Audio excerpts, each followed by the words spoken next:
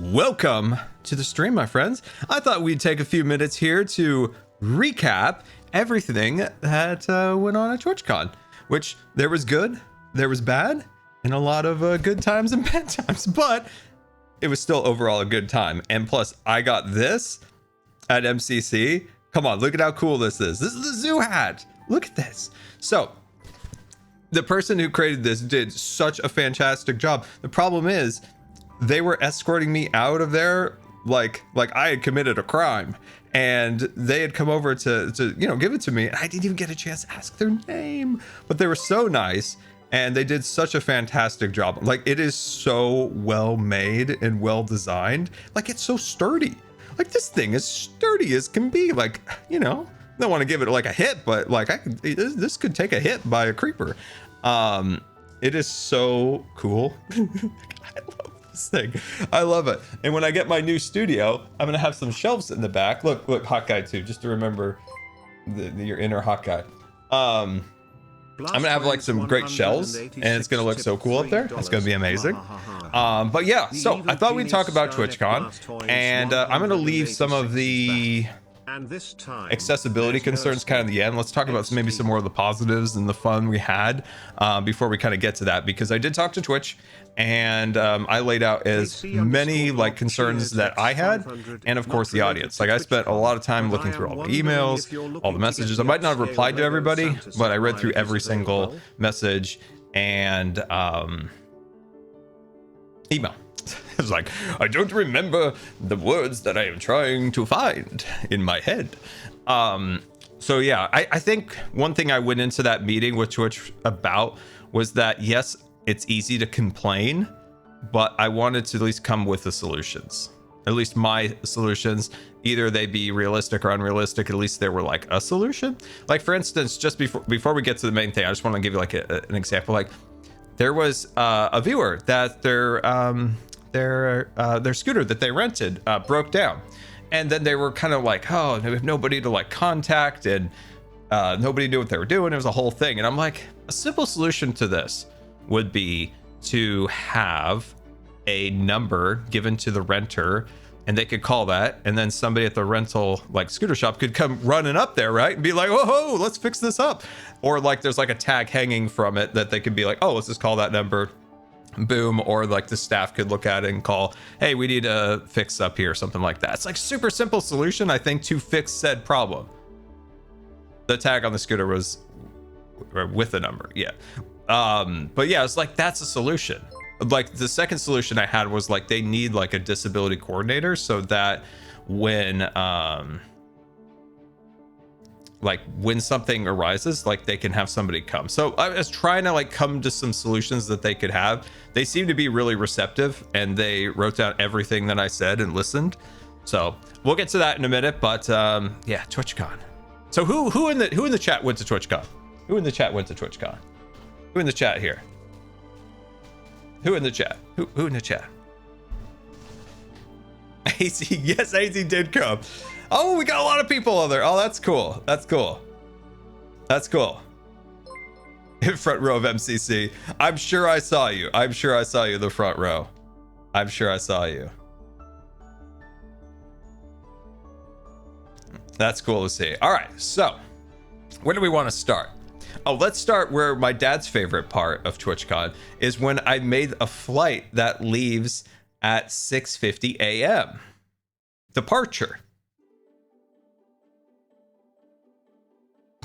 You had to be on the plane by 6:15 or something, like 6:20 something for boarding. Yeah, 6:50 a.m. departure. That means the plane takes off, like, woo, into the sky. My dad hates me. No, he doesn't hate me, but I will never do that again, guys. That was a mistake, and I won't do that. Look here, let me show you guys. Let me show you. Let me go to game Well, screen. hello there, Oh my God, welcome it's my face. to a Too Scar big, vlog. too We big. have not done a Scar Oh, vlog it's tired Scar too. Look at him. We are Hold so on. back. This is great Except for production the fact value, that guys. Hold on. Rest Hold on. Look at this. Look at this.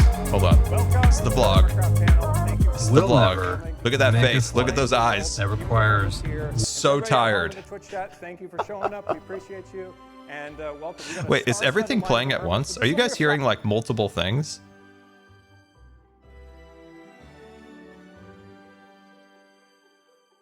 Oh, I'm so sorry. Well, I mean, what do you guys expect from me?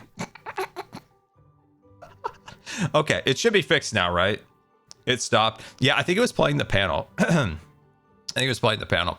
Okay, we don't need the sound on this video, but look at those eyes, guys. That's waking up at 3:30. I had 1 hour of sleep before that. Look at this. Look, my dad's just, oh my God, I can't believe we're up this early. But look at the shots. We got to show you the shots. Got to get the shots. Look at how beautiful Portland is. Look at this. Look at that over the Columbia River. The clouds on there. And look at these mountains. Aren't they cool? And then there's San Diego. Anyway. So, yes, we'll never, ever book a flight that early. Absolutely insane. Won't do that. So to get to the airport, right, we had to wake up at 3:30, and then we got to the airport. And if you have a disability, or even if you are, like, for instance, carrying something sensitive, like I think the list says like remains, cultural artifacts, things like that you really don't want the TSA to break or mishandle, you can set in a TSA cares appointment, right? So when you get to the airport, they give you a number and you call it and you're like, hello, it's wheelchair guy here. And somebody comes and they help you through. So it's more of like a supervisor at the checkpoint.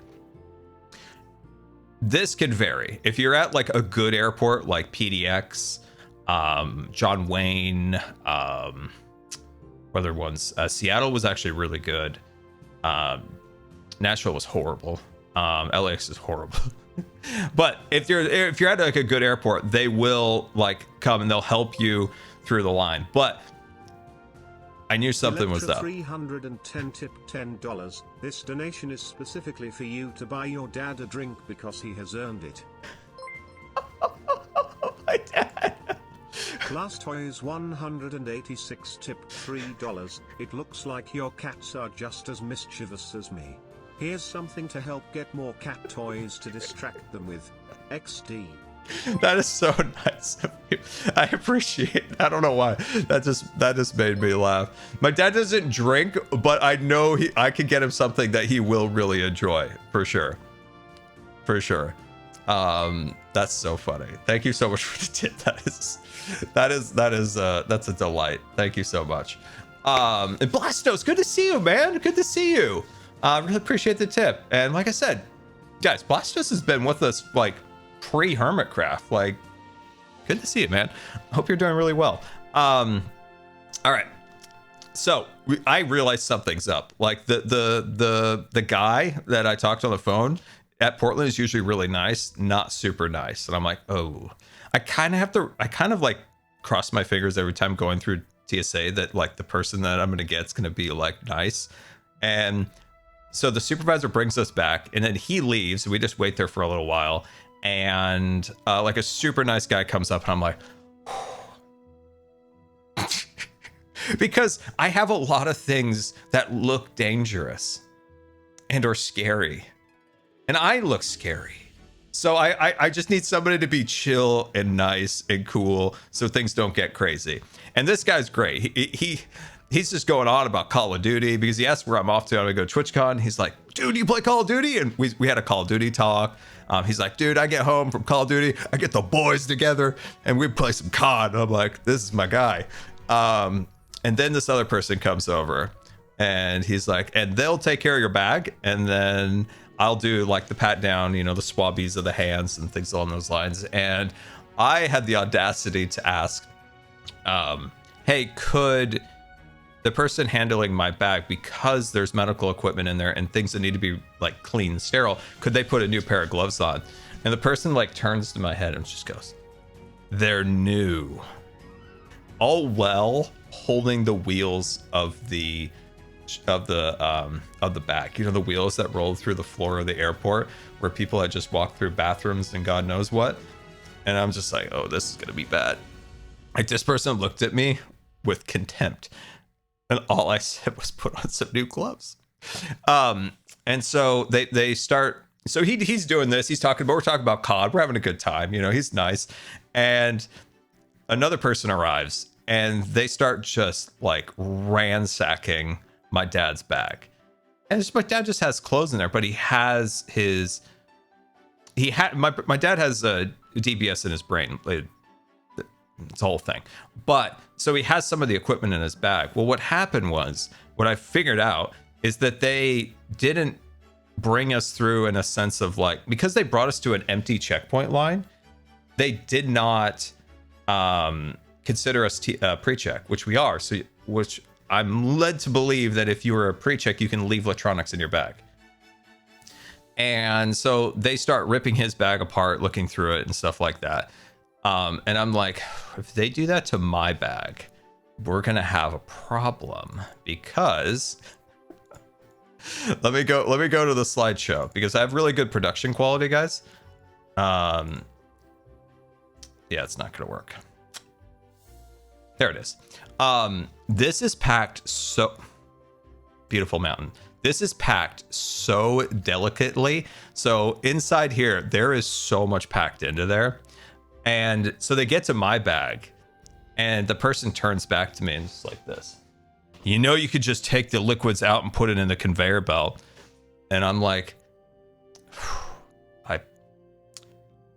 I may look like a hot guy. No, I didn't say that. I may look like a hot guy with big muscles, but I just said, like, I physically can't even lift that bag, let alone open that bag to pull those things out, because they always separate me from my dad.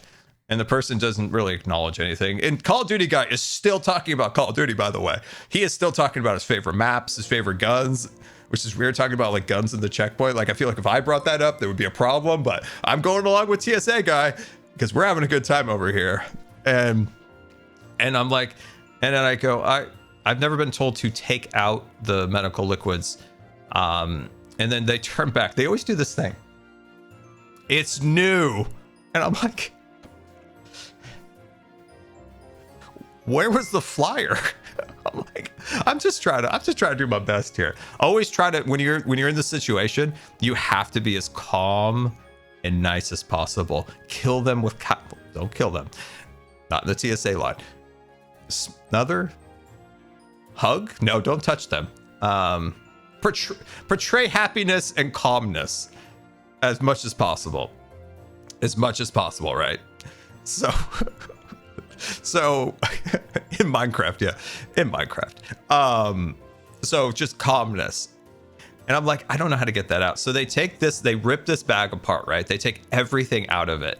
They individually, they x-ray the medical fluid. They'd never done this before. They individually x-ray that. They take out everything in here and then swab the bag, all the devices.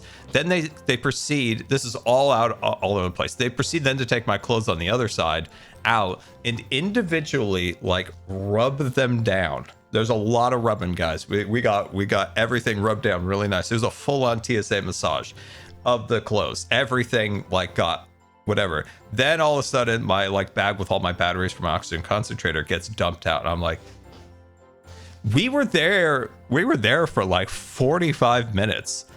Well, they took every individual thing out of there. And even the guy that did the pat down, once he finished, because he did like a full pat down or whatever, check the bag, all while bringing up Call of Duty. We're talking all COD. And then he just goes, woof, they're going to town. And then finally, like, it was 45 minutes of getting this bag ripped apart and then trying to pack it all back up in it. And then they just walk away finally and like leave this for us to kind of sort. And then the Call of Duty guy clearly knew that was a little much. He's like, little early for that, wasn't it? This guy was so funny. Oh, I loved him. It really does help to have at least one cool guy, like one cool guy. That helped. That helped get through it. If there wasn't COD guy, I would have been mad. I would have been much madder. But remember, when you're in these situations, all you could do is smile and nod. Because the second you get upset, the second you start questioning them, is when they like sit up like this. Do we need to call a supervisor over? Which has happened. So I know from experience. I know from experience. Just smile and nod. Be very nice. Be very calm. Be very calm. The only time I will get upset or stern is if it's a safety issue. So for instance, they once wanted me to just like take a swig of my heart medicine. And that's when I was like, let me explain. This is dosed out in very, very small doses. I cannot just take extra of said thing, because there was a policy a while back that if you had like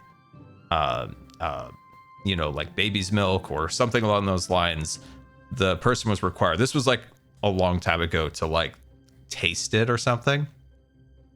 And I told them like they haven't done this in years and years and years and years. But I said I cannot do that. The second instance I had to get stern with them was when they started unbuckling my straps.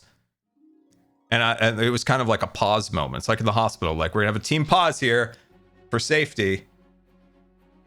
We got Scar here, you know, like in the hospital, often like procedure wise, before a procedure, they're like, let's do a team pause and make sure we're all on the same page. And that's what happened there. I was like, whoa, whoa, whoa, whoa, whoa, whoa, whoa, whoa. You take this off, I'm going to end up on the floor and you're going to have to call EMS. And then they got pretty upset. And that's when my brother used a choice word, and it got settled finally. But yeah, they just started just unbuckling stuff. And I'm like, dude, I put a lot of weight on this strap. There's a lot of weight here. And you unbuckle that, I could go flying. So that's the only time I ever get stern. Never mad, never mean, just stern. Like, hey, this is a safety issue. And if you're disabled and you're in situations like this, if you tell them, hey, let's pause, that's a safety issue, generally people do listen. In like airlines, TSA, airports and stuff, nobody wants to have an issue. So as long as it is like an actual safety issue, just say, whoa, this is a safety issue. I don't want you to deal with liability of me getting hurt. It's usually they'll stop and they'll like assess what they're about to do. That's a pro tip I've learned from getting on planes to going through TSA. So once we finally got packed up, we made it to the aeroplane and we were getting in and I met a fan. It was so nice. It was so nice. A really nice a fan came up, and I think they may have been going to TwitchCon. They were super nice, and they had the person helping me onto the aircraft take a photo, and then the person who took the photo was like, are you on Hermitcraft? Are you Scar? And I'm like, I'm Scar. So that made up for all the nonsense at TSA, meeting two super nice viewers, and the person who helped us on the plane was very kind. And so yeah, got on the plane. It's never easy getting on the plane, but I'll say this: in the last like 5 years, airports have gotten a new aisle chair. So if you have wobbly legs and you can't do the walk-in, they put you in a really skinny chair like this, and then they strap you up. And because I have like my oxygen concentrator, this is just my headphone, but like my oxygen concentrator, or I have my feeding tubes and stuff like that. So what happens is like I put my cushion for my chair on, then I put those bags on top of me, and then we go in. So then we go into the aircraft, and it went smooth because these new aisle chairs are actually comfortable. Well, as comfortable as sitting on it'd be like sitting on like a hard board strapped up like this, but they're way more comfortable and they're a lot easier to get like strapped up these days. They're just like buckles that go over and clip instead of like individual straps they used to have to put on. The first one I ever saw was at LAX, which LAX has a lot of problems, but they have some of the absolute best wheelchair helpers there that help you on and off the aircraft. They have always been the best. Hopefully they still are. I haven't been to LAX since 2019, but in 2017, 18, and 19, they were always fantastic. Anyway, we get on the aircraft, we get through that hall. Catootla cheered X300. One day you will be so famous you'll be whisked through all the airport controls. This is good times with Scar. Make way, make way. Make way. Oh no. I blend in. I have my mask on. I just want to be left alone. That's my life. I just want to be left alone. So we sit down, right? And get in there and have the nicest flight attendants. like my brother's wife is a flight attendant, so I kind of know what flight attendants deal with. And so one thing I learned, pro tip, there's 2 pro tips for flying I've learned. Be really, really nice to the gate agent, because they're going to make your life miserable if you're a wheelchair user. I've learned this. Not that I was ever mean to them, but you got to be extra nice to them, because we'll talk about what happens on the way home. And last year, my God. But one thing, pro tip, never, ever go up to a gate agent when they're logging onto their computer. That is a sin. If they go up to their computer, like right before the flight, and they're like, they're cracking the knuckles, and they go up to there and they start typing and you show up, they want to shoot you in Minecraft. Like they want to shoot you with a bow and arrow in Minecraft. So you wait for them to settle. And then you see them kind of look around, and that's when you pounce, and that's when you go up. And if you're in a wheelchair, I found that gate agents appreciate if you go up to them and remind them that you need a assistance with like aisle chair and full assist. That way they have time to like call people over and have them there in case something got crossed wire-wise, and make sure that you have time to like fill out the paperwork. Alaska now requires a ton of paperwork for wheelchairs and batteries, because I'm like a walking lithium battery, and I am just a walking like fire hazard, I guess, at this point. Because everything had to get like documented because I bring pretty large like batteries, lithium batteries, and there's ones in my push assist, and then there's ones in that are pretty big, and then the oxygen concentrator had a number of batteries, so they had to document that all, but so it just took a while. So that's my key to dealing with a gate agent, to not make them be upset with you. But the flight attendants on the plane were awesome. Like they were the nicest group. They were like some older ladies that just do turns. They just go from Portland to somewhere and come back. And she's like, we just fly somewhere and we fly back, and I go pick up my daughter. Like they have so much seniority that they like, we try to fly together. They were nice, and they actually did a wheelchair safety briefing. I've only had 2 ever in all the times I've flown, ever a wheelchair safety briefing, which is required by airlines, according to my brother's ex-girlfriend, who is his wife now. So they I don't know why I made that joke. I made that joke one time. I don't think it's very funny, but I thought it was funny. Ex-girlfriend, wife now.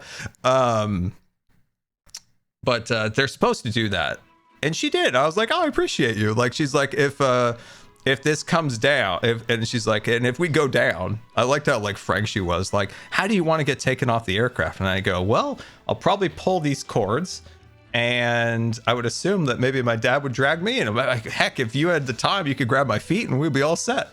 And just, I think I said, just give me one good toss and I'll slide right out. But that's a good way to say wife. That was a long time ago I made that joke. I don't know why it came into my head. So then the flight was a mess, because the oxygen concentrator we rented, they gave us 2 batteries that only lasted 20 minutes, and they're supposed to last like an hour and 20 or so. So we instantly, like the concentrator was like, by the time we had hit the air, we were already struggling. Like we were already struggling. It was rough, but I did get these really cool photos, and Mumbo commented and said it was cool. My window was kind of beat up, so it was kind of hard to get like a really clean shot, but the views of the mountains were really, really cool this time. I saw the captain of the aircraft. He had like a nice camera and a big lens, and I was so jealous. I was so jealous. I was like, oh, like I'm taking this with my phone out of a window that, you know, like this like window. Stupid thing's beeping. Just 1 second, guys. I was like, man, I bet you have a clean window up there in the old cockpit. I was jealous. I was, you know, back in the day. Let me put on my old man hat for a minute here, guys. Back in the old days when I was 5 years old, if you wanted to go see grandma off on a trip, grandma and grandpa, you used to be able to go through security, which took 5 minutes. All they did, they wore these like maroon suits, and they were like super, super nice. And they were like, come on through, son. And you got anything in your pockets? And I'm like, no, I got nothing. And then you just go through the metal detector. And then like dad would put his just mound of change and keys in the bowl. And then you just grab it up and you just walk with grandma and grandpa on their trip to wherever they were going. And you waved. We got to watch the plane go back up and we're like, bye grandma, bye grandpa. And my brother went to his like swimming camp. Like I think I was like 6 then, and was like, bye. And on planes, by the way, back pre 9/11, they gave you food, even if you were back in the cattle car, even if you were in like economy, you got like a little something. It probably wasn't great, but at least it was a gesture. You got a little something. And it's just such a different vibe. Like I was really reminiscing on this. Like I remember when I was like 5 and like 8 pre 9/11, going into the airports, and it was so fun. Everything was so calm, right?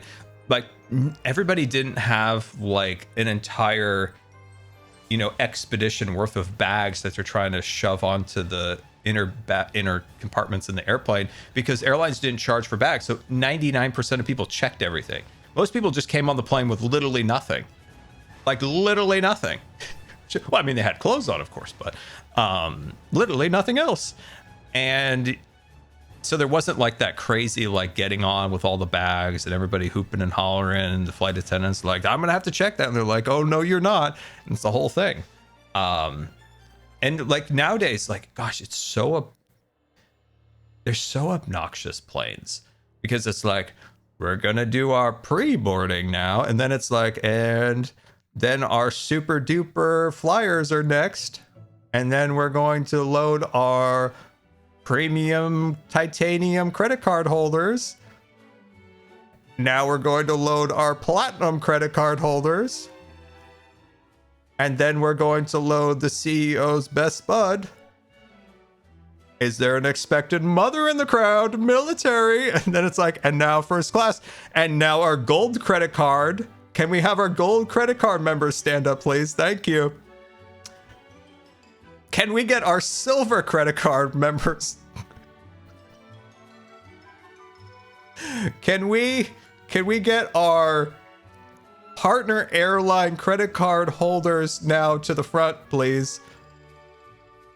Can we get everybody who doesn't have a credit card or mileage, please take 5 steps backwards, please? You're crowding the gate. Can we get our tin credit card members to come forward next? Thank you. A reminder for the people in the back who don't have the credit cards, can you take another 5 steps back? Thank you. God, what is wrong? Like, people are a little dingy these days. They're all kind of like, because everything is making us go. It's like, God, can we all just get on the plane at once? Can we all just get on the plane? I don't care about your credit card. I don't care about your miles. I don't care about your prestige status. I don't care if you're the CEO's buddy. Can we all just get on the plane at once? Ugh. Excuse me, sir. You're in the credit card line for our silver members. Are you a silver member? No. Are you a gold? No. Are you a platinum? No. Are you a mahogany? No.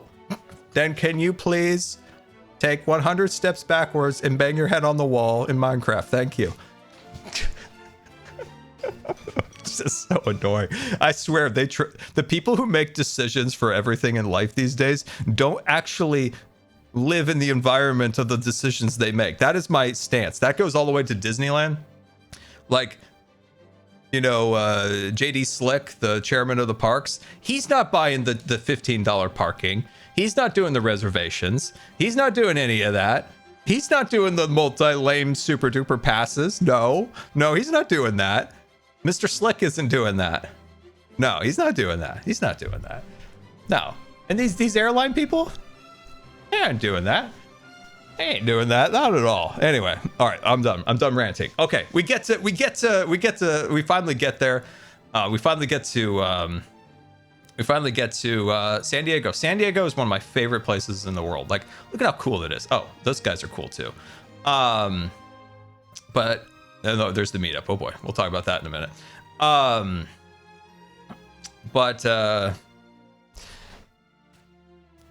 We get there, and we have actually this time finally have a really great Uber driver who gets us to the right hotel. Last year, took us to the wrong hotel. My dad and I look at each other and I'm like, where are we? I'm like, oh no, what have I done? But no, super nice. Even like, he's like, dude, I do this all day. I know a shortcut. And we just go, and like, he's like, look at the time. It says it would take us 20 minutes. I'm going to get you there in 8. Yeah, he was a cool guy. I liked him. Appreciate him. So he did this little like roundaboutsies, and we get to the hotel. I set up all the medical supplies, which is in the vlog. I probably showed it to you guys that I could actually probably pull it up, but let me pull it up here. Let me pull the vlog up. Let me pull it. Let me see. Let me pull it up. Oh, hello there. Oh, no, that's tired. That's really tired Scar. That's really tired Scar. Nope, that's Scar again. So yeah, I get this all set up. So I get my nebulizer, I get GI set up, I get cardiac and general stuff all going, and then do my medicines, because at that time, like, I decided because the flight was so early that I would just not do anything until we got there. So took all that. My dad just instantly passed out. He's out. He's done. He's done. I also am a little bit insane, and I cleaned everything in the room with like disinfected wipes. Nittybit tipped $3. This is late, but it needs said. The lithium battery risk only comes second to your reputation for arson. Scar, the human flint in Minecraft. In Minecraft. So later on, there is a story where Grian and the Hermits had to come save me, and Grian comes into the room, and he's just like, whoa, why does it smell like a clinic in here? And I'm like, I gotta clean things. I gotta clean things down. Then he's like, just the window open. Just the window open. I'm like, I think I'm so immune to cleaning smells. Do I smell like hand sanitizer? And he's like, dude, it freaking smells like a distillery in here. And I'm like, I had to clean stuff with alcohol. It's gotta be sterile. Dude, I would never know. I would never in a million years know that room smelled at all. It was so funny. It was so funny. But yeah, then I go and get my credentials. You know, we had to have like wristbands this year. And then finally got to meet up with the Hermits. And my first catastrophe to fix was that Green didn't have the right like setup to be able to go backstage. So I talked to my guy. We got it all sorted out, got that all sorted. They all went to the partner party, and I was like, I've got 1 hour of sleep. I'm going to sleep because we got the panel tomorrow. And then did all my medical supplies, got it all sorted. And then it was panel time. So one thing that's nice about Twitch is in the last 2 years, they've allowed us to be able to go through some of the backstage areas to get around. I would not go to TwitchCon if I didn't have that post Vegas. My brother and I dealt with some like pretty horrific stuff in Vegas that I just don't have the energy anymore. Old man Scar's too tired to get like pushed out of the way to get onto an overcrowded monorail. Like, it was just too much. So luckily they able to do that. And so we headed over and this is my first, I think this is the first time I got to see some of the guys. Yeah. This. Yeah. We head over there, dude. The boats in San Diego. Like, I don't really go anywhere, and so just seeing anything's always exciting. But these boats were so cool. Like, look at that sailing ship right there. Man, that's got to be like $50. But look at them, look at those guys, look at them all wonderful. Oh, it was so cool to see the hermits. So we get there and then we plan out the panel and we head down. Look at those guys. Oh, I love the hermits. Don't you guys love it? I hit a stanchion right there and Tango's just mocking me. He's mocking me that I'm vlogging and rolling at the same time. So one thing was interesting was the partner lounge where we were kind of waiting was in a different location and the security had no idea how to get where they needed to get. So we went on this wild journey of the building, which was interesting, right? We got to see all sorts of stuff. We got to see the kitchen. We got to see all sorts of cool, like, behind the scenes things. That was cool. But yeah, then we got down to the panel and we could hear they're already starting to load the room with people. So Impulse and I decided to poke our head out of the curtain and see everybody. And look, people are starting to come in. Look at that. Look at everybody. Oh, you couldn't have asked for a better, like, crowd. Like, they were so cool. The audience was amazing. So yeah, there was just, everybody was starting to come in at this point. And then Impulse and I having a little bit of fun. That's Trash back there. That was our moderator. Super nice. She was fantastic. This is hilarious. My dad goes out here and you guys all cheer for him and he got so scared and stage frighted that he wouldn't go back on stage to do any more.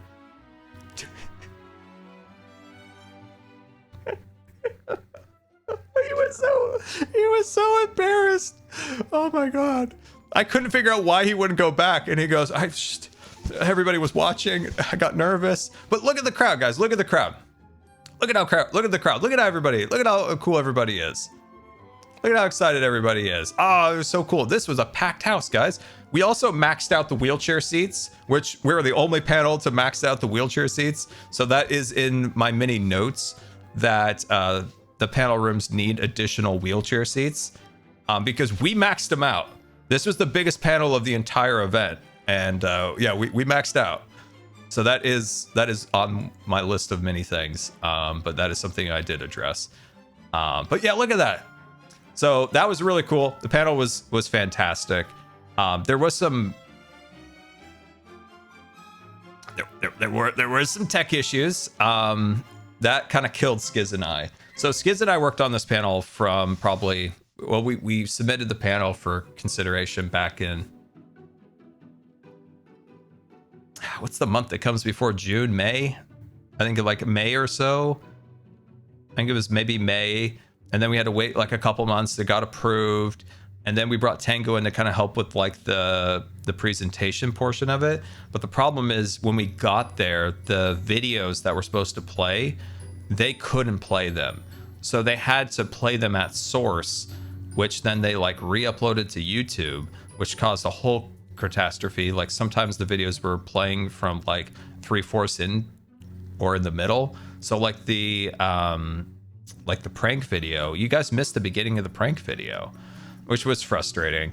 I think if we were to, so in retrospect, I think we would have only done videos and no graphics, no slides, because one thing we noticed was that they'd leave the slide up longer than it probably should have been, but that wasn't, we didn't have time to communicate that to like the production people. Like, hey, show the slide for like 30 seconds and then switch to back to like looking at our goofy faces or something like that.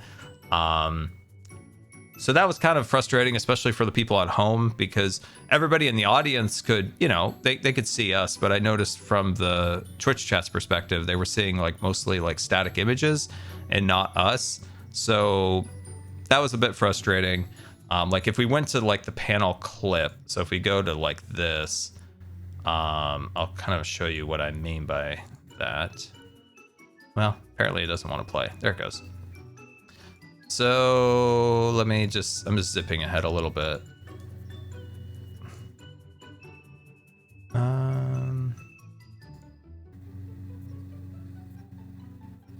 Why is this moving around so much? I'm just trying to find an example of it. Or is this... That's weird. This is only showing 2 minutes of this entire presentation. Okay. Well, I had an example there, but apparently I must have pulled the wrong footage. Well, that's unfortunate. Oh, not me again. Wow, I have such good production quality, guys. Look at me. Look at me. But anyway, so there was a clip that ended. There was a clip that ended with like YouTube suggestions, and there was like a bad word on it. And like Skiz and I just look at each other and we're like, oh my God. Oh my God. But we hope that people still enjoyed the panel. Like, you know, kind of, we had fun. I revealed myself as the ore snatcher. It's a whole thing. I cannot get this to replay.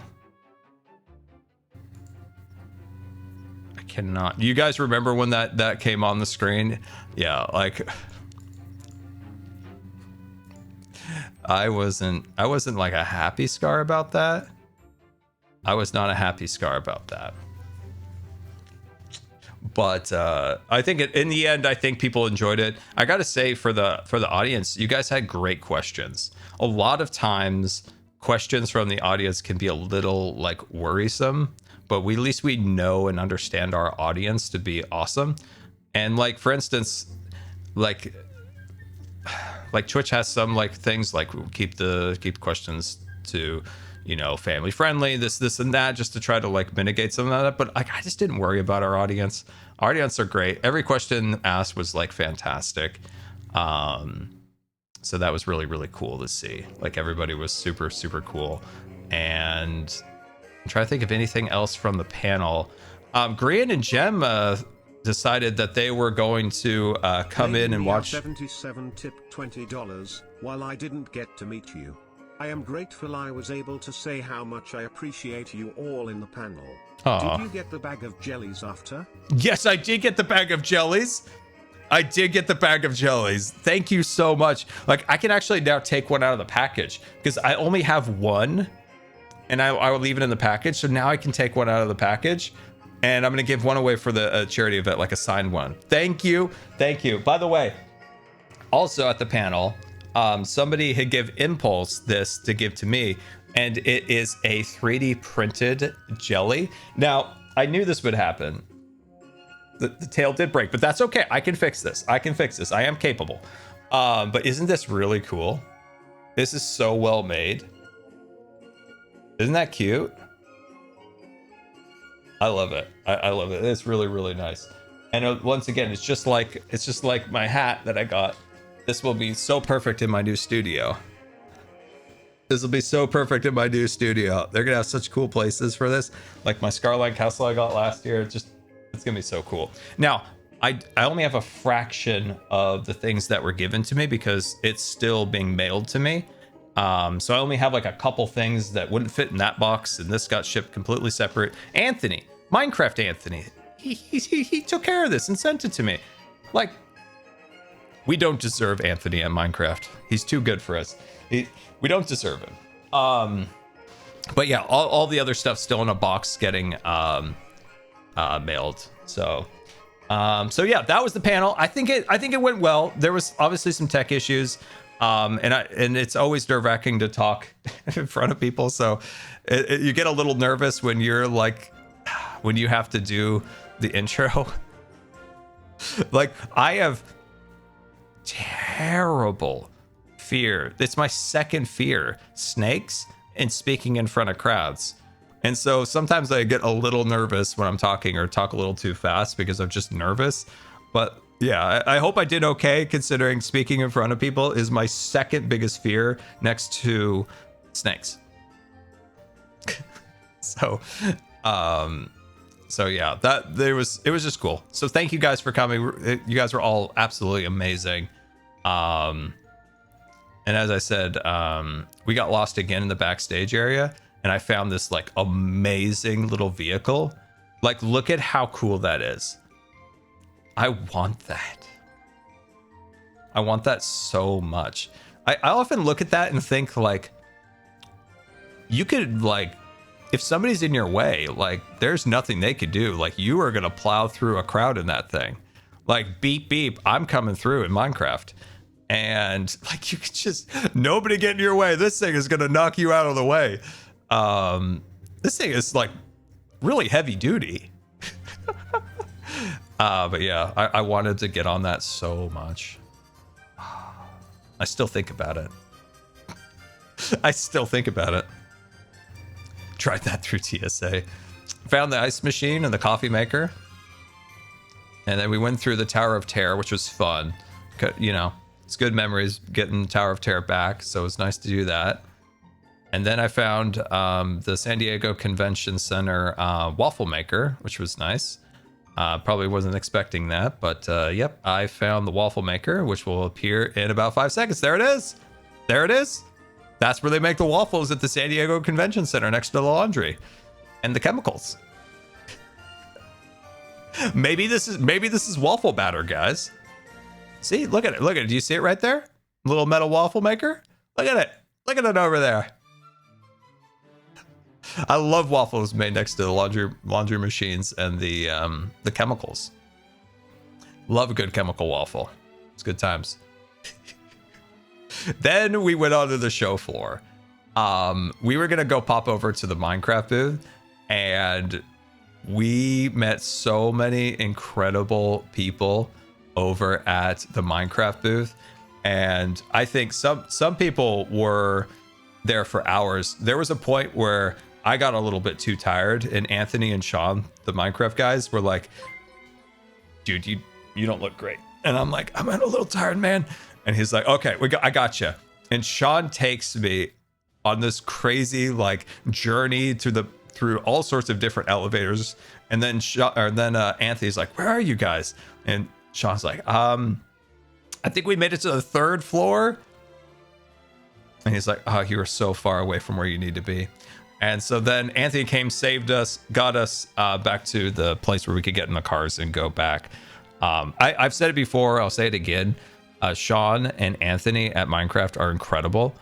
And we've never, as creators, felt more like supported and like appreciated.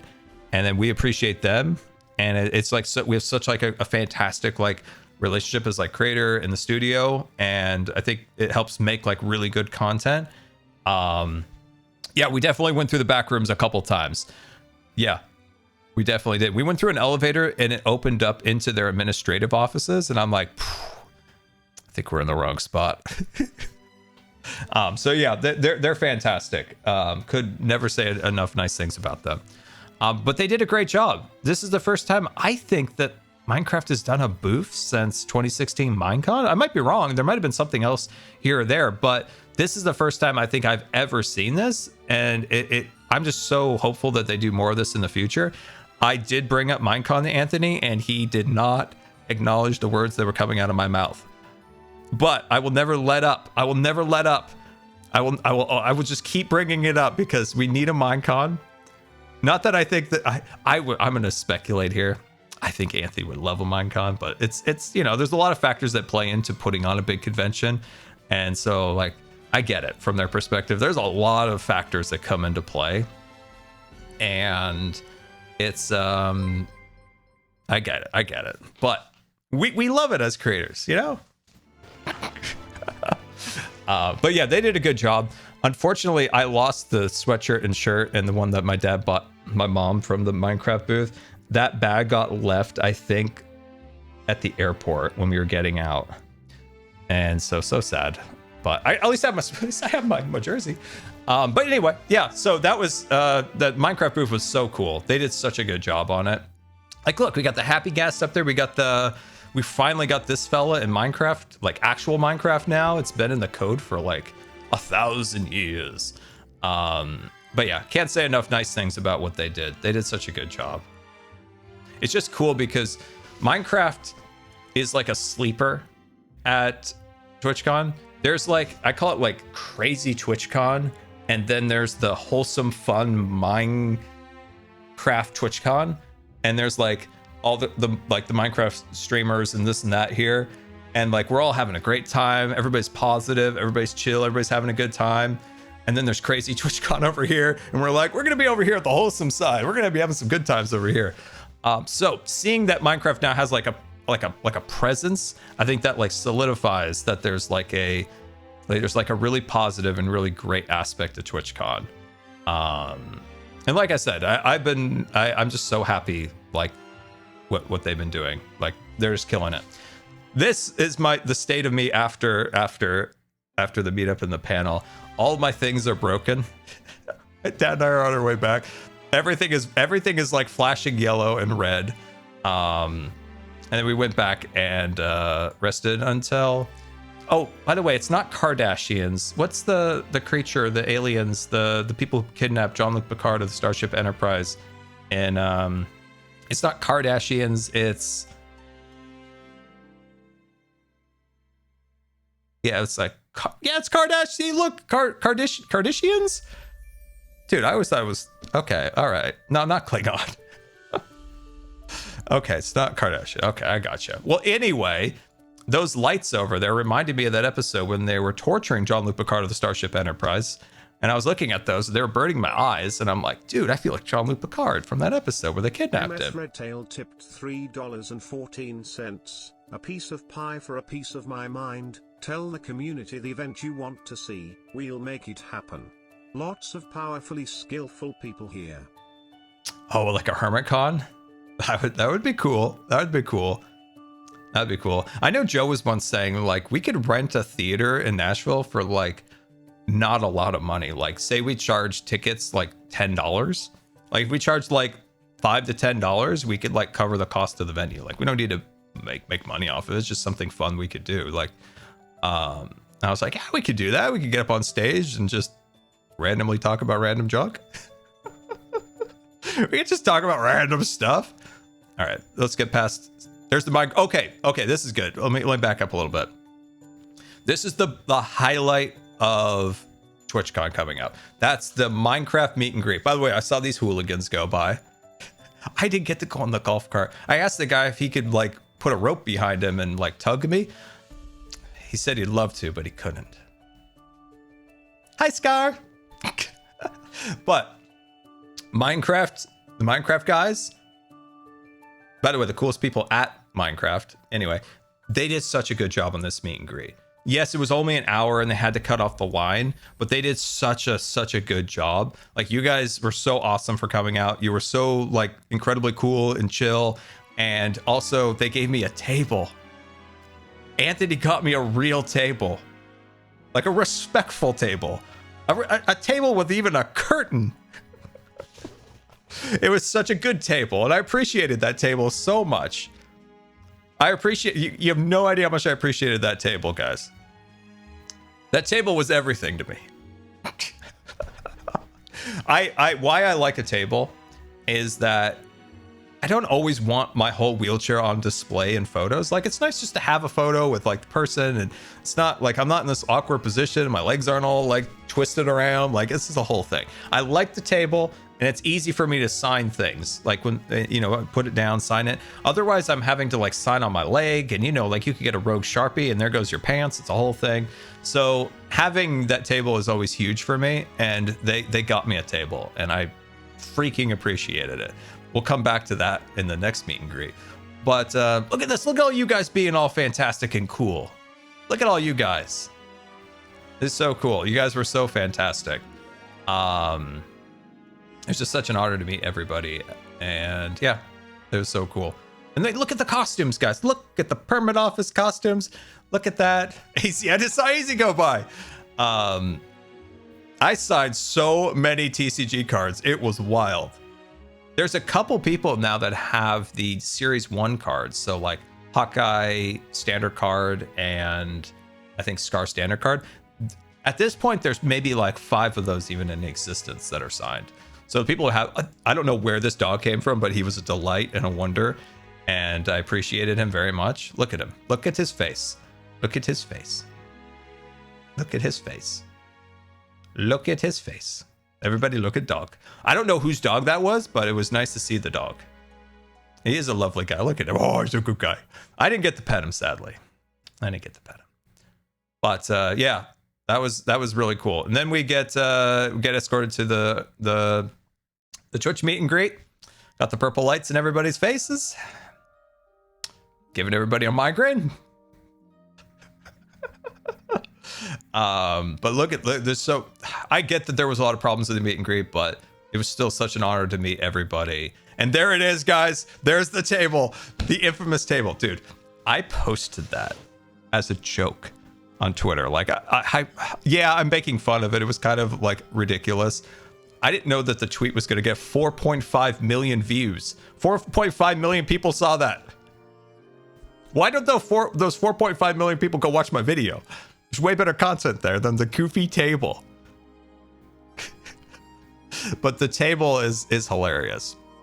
I couldn't really use it. I tried using it, but like my back was shot. Like I couldn't, and plus I'm like tied in, so I'm like really trying to like sign with it, and it wasn't great. And plus it like I couldn't really go to the side.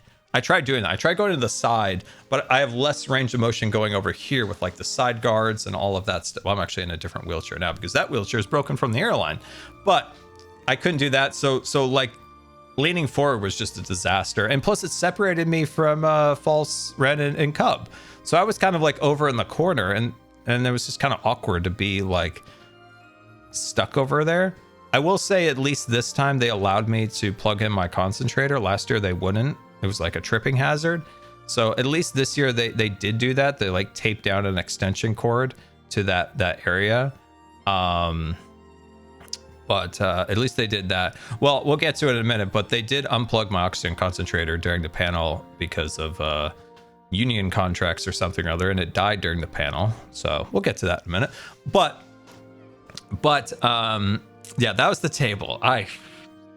When my dad saw that, he was just like, it's just like, oh geez. It's like, oh geez. But I posted that on Twitter. I just thought it would be funny. People are gonna laugh. It got 4.5 million views. Watch my videos, not the tweet.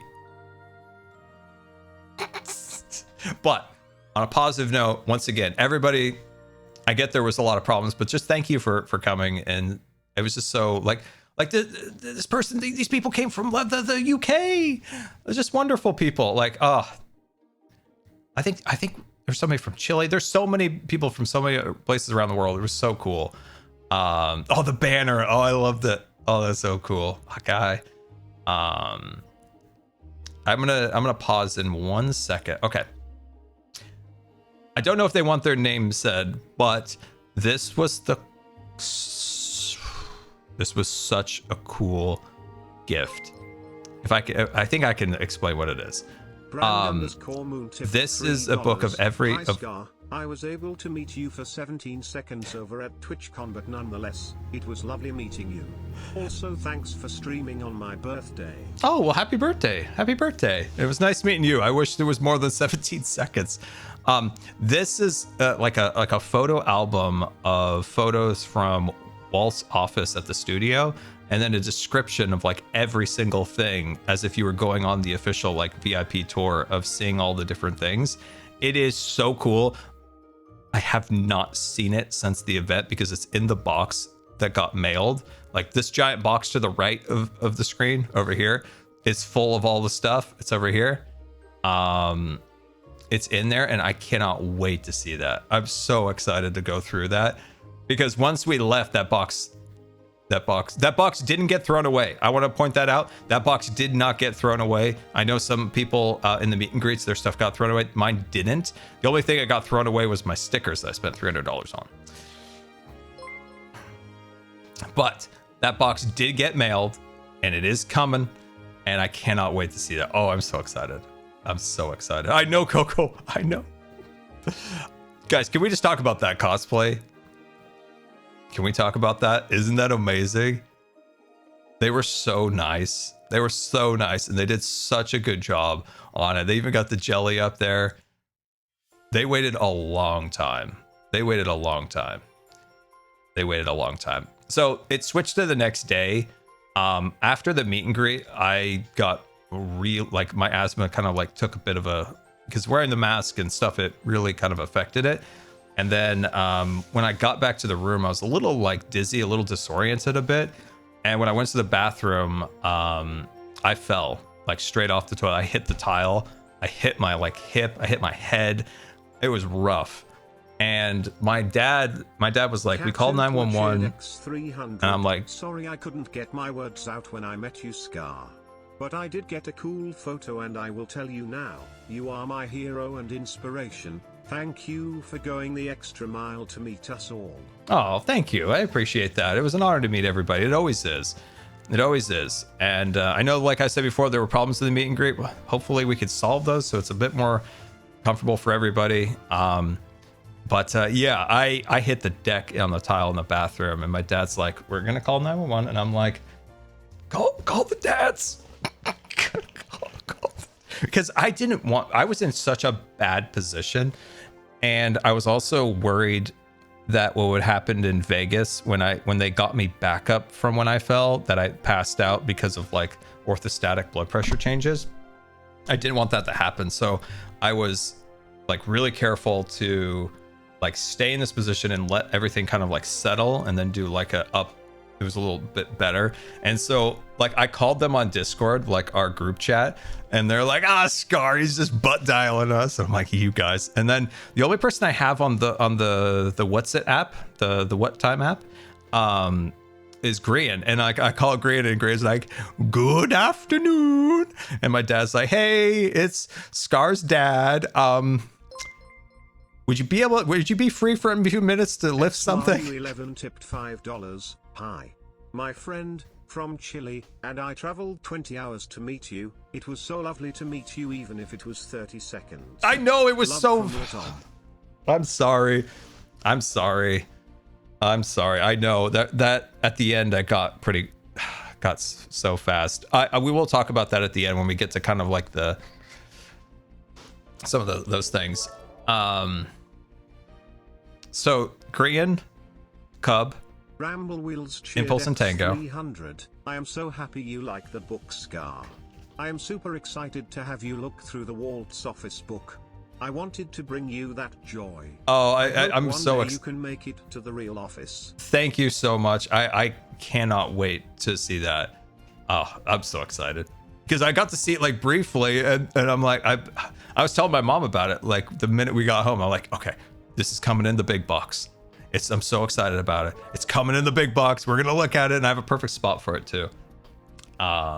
Which I'm excited about. Officino cheered Dex 300. Hi, Scar. I was in the Twitch meet and greet line, stood in line for 4 hours to see you for about 30 seconds, lol. But I was cosplaying Hot Guy and you signed my Hot Guy TCG card and it was all worth it. Oh, that's awesome. Oh, that's awesome. Thank you so much. And then, what was I gonna say? So, yeah, I took a header off the toilet, and Grian mobilized Tango, Impulse, and Cub, and they came up and like got me off the floor. What I was worried about was if my asthma didn't get better, we would have called 911. It got better. We used the inhaler 3 times, and then I couldn't detect anything broken. It just hurt like crazy, but I was like, okay, I don't think anything's broken. Let's not call 911 and cause a catastrophe. And let's see and they were super nice. I only bring this up because the Hermits are incredible. We're all friends and family, and like that's what makes this group so special, is like they're willing to like help in a situation like that. And so they got me back up, and that's when Grian's like, wow, it smells like a clinic in here with all like the alcohol spray and like cleaners that I have to use to like clean up everything. But he did crack the window. So yeah, very nice of them. So the next morning for MCC, I was hurting. My head was a mess. My like shoulder, my hip, like I mean, luckily I don't walk because my hip was really swollen and bruised.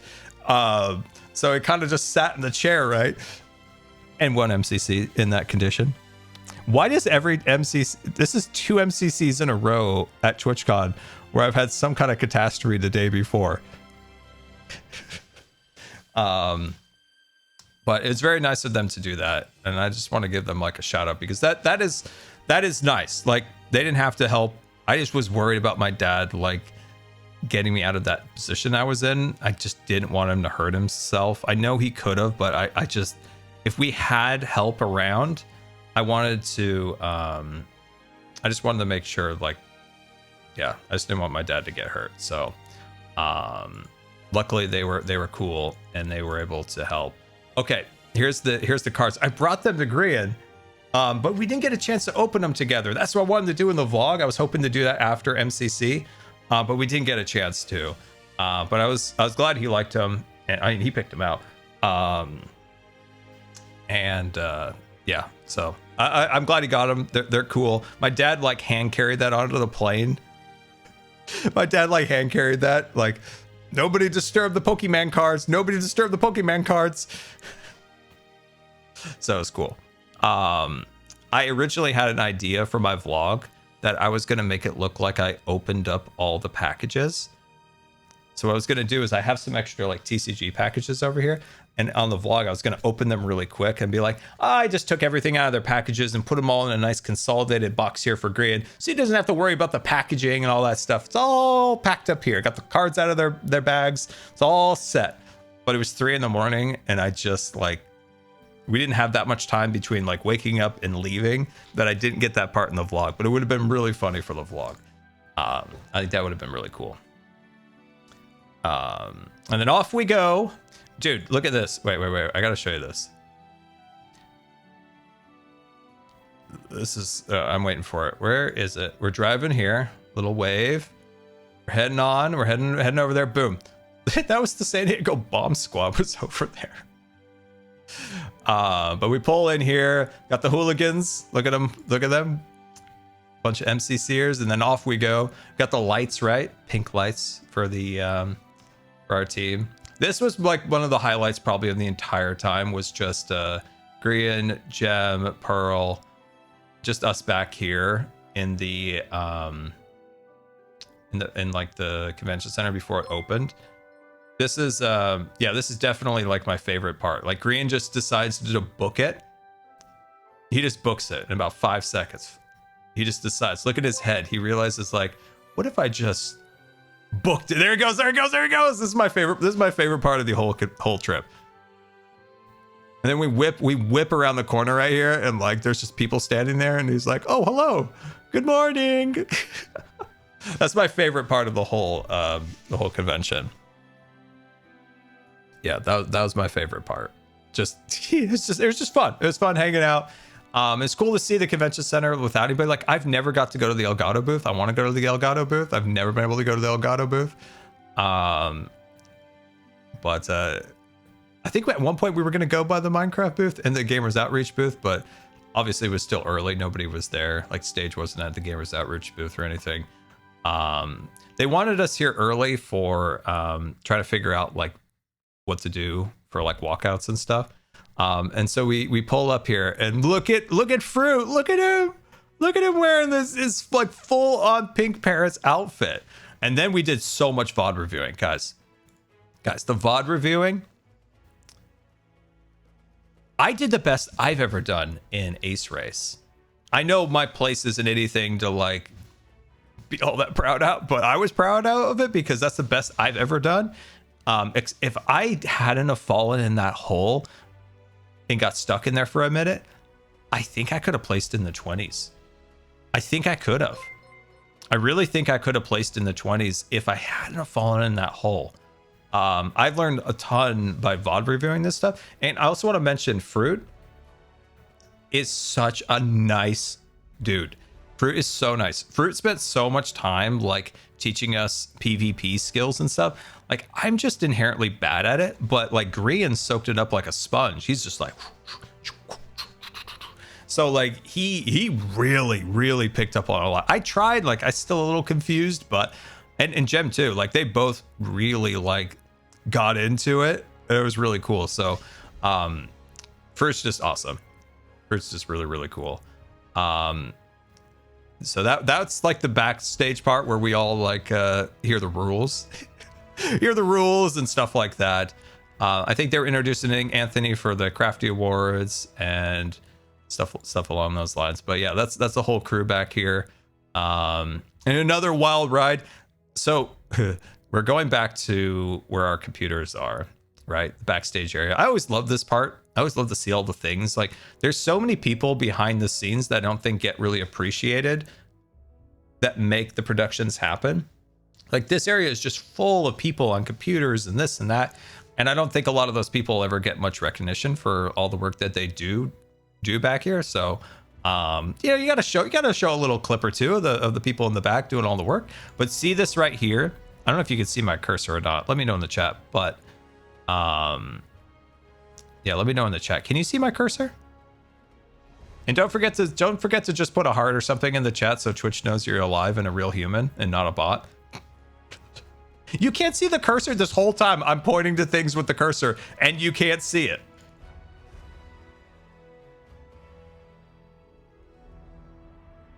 Actually, when you're on a video, there is no option to show cursor like there is in other areas of OBS. Oh, you gotta be kidding me. My viewership spikes now that Twitch is like, oh, these are real humans. Hello, human. Hi. I'm not joking. What I mean by that is that Twitch, if you don't comment in the chat and show any activity, Twitch assumes you're a bot. And they minus your view from the view count. It's crazy times, guys. All right, so you see where Gem's foot is? There's this giant like plastic thing that all the cords are under.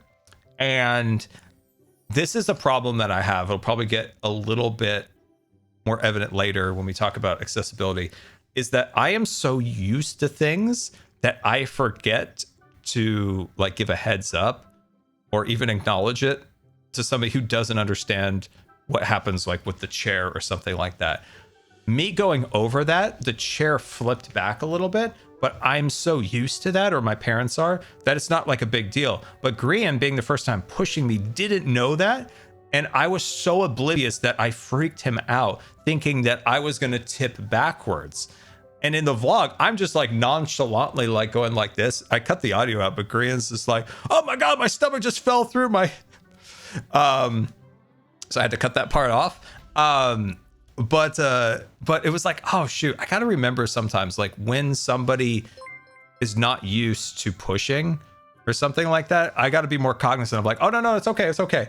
Like I just let Grian think that I was gonna like get flipped back. I like feel really bad rewatching that, but it's sometimes when you're just, I don't know, live in the rut of life, you just kind of get used to those things. So I'm so sorry to Grian for giving him a jump scare that he was going to crash. I feel bad. I feel bad. I feel bad. I feel bad. But yeah, this part right here is when we like kind of flip back and poor guy freaked out. But yeah, like I said, it's just nice to give everybody a little shout out that makes this all work out. Oh, well, you look at that. Copper crowns. I actually didn't see that. I actually did not see this in there. I'm just filming because it's dark. So it was funny coming back. I technically didn't see that, which is crazy. The crowd's awesome, and MCCs are just amazing. They do such a good job with the production. Now, I did have some issues with my computer next to that speaker, but they do a good job with these. They do a really good job with these. The crowd's just fantastic. They say, like, guys, they say the nicest things about you. I'm not joking. Like, Twitch 300. Dear Scar, my dad gave me money so I can give you bits. I have a spine sickness why I only can lay down. I can never come to the US to meet you, but I like you a lot. Oh, that's very kind of message, my friend. Thank you for the very kind message, my friend. The reason I do the vlogs is for two reasons. One, I like to look back on memories, and two, I do it for other disabled people who can't travel. The sticker of Secret Life Scar and keychain of Bamboozula Scar. My friend Sparky made them. Jimmy also got a matching keychain. I remember the keychains. They're in the big box. They're in the big box. They're in the big box. I can't wait to get the big box. But that is why I do those vlogs, because a lot of times when I'm like at my worst in any particular spot, I do enjoy watching travel vlogs. There's like a number of like travel vloggers that when I'm like at my worst and feeling really like isolated in four walls, I watch those videos and they genuinely make me feel better, especially seeing like other cultures and this and that. It makes me feel better.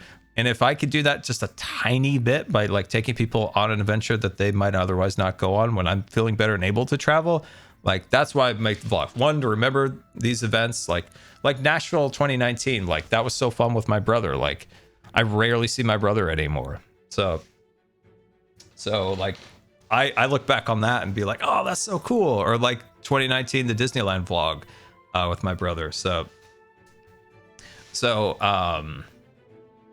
it's cool to look back on those, and then to also, like I said, to give people like that aren't able to go a front row seat in it. This guy's locked in, by the way.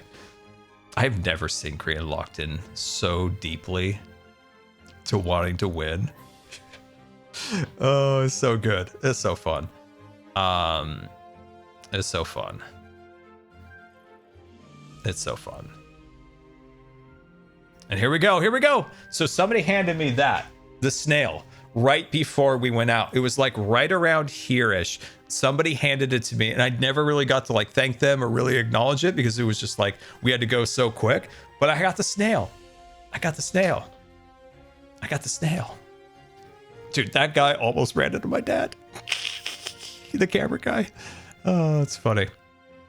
That's funny. Oh, the Hermitcraft Award. So we got an award. It's like the heaviest thing ever, guys. Like the crafty, I think even like Grian was struggling. I think Grian was even struggling to hold that up. So it was quite something. For context on this, I was told about this ahead of time, and I was told it was being given to us for the charity event. So when I spoke on the microphone, I brought up the charity event, but to the audience, I think it was more perceived as just like Hermitcraft. And I felt like a doofus when I was rolling back. I was like, did I make a terrible mistake? Did I misinterpret what they told me? I was like, really like, oh my God, did I really mess that up? I was so nervous. And then somebody out in the comments, like the first comment I saw was like, silly Scar. He thought he was getting it for the charity event, but it was just for Hermitcraft. Like, and I'm like, I really messed up, guys. I really messed up. I'm so sorry. I'm really sorry.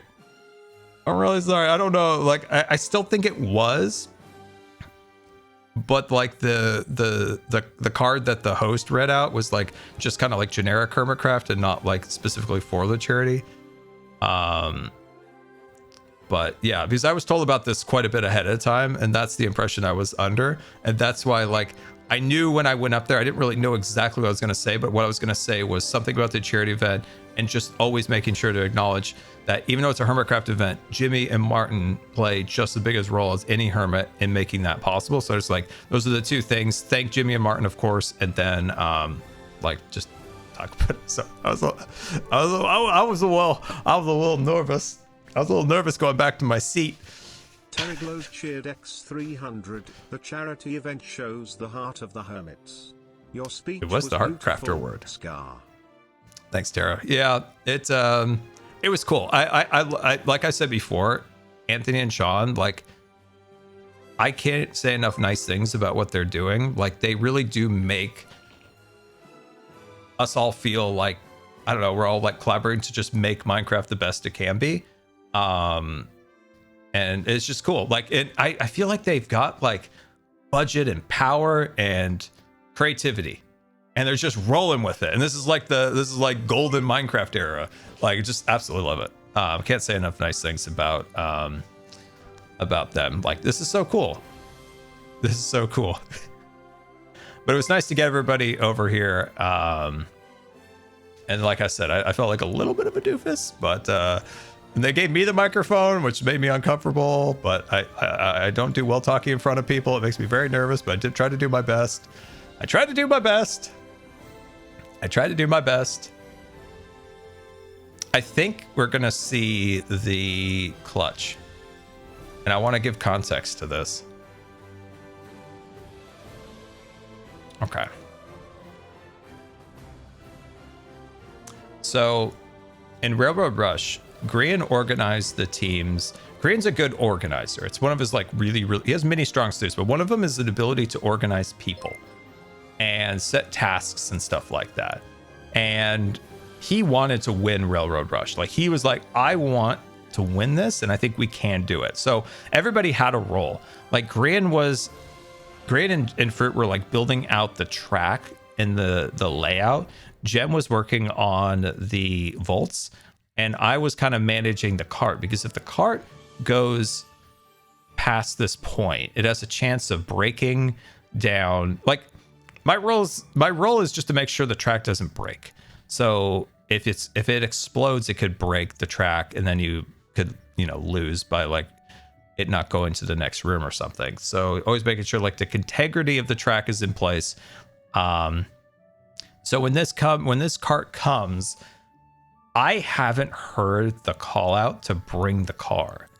And in my head, I'm like, oh shoot, they're so focused on what they're doing, but I also don't want to send the cart there and have it break something. So I was kind of like, oh shoot. What do I do? And right here, I'm like, yeah, I'm gonna place it.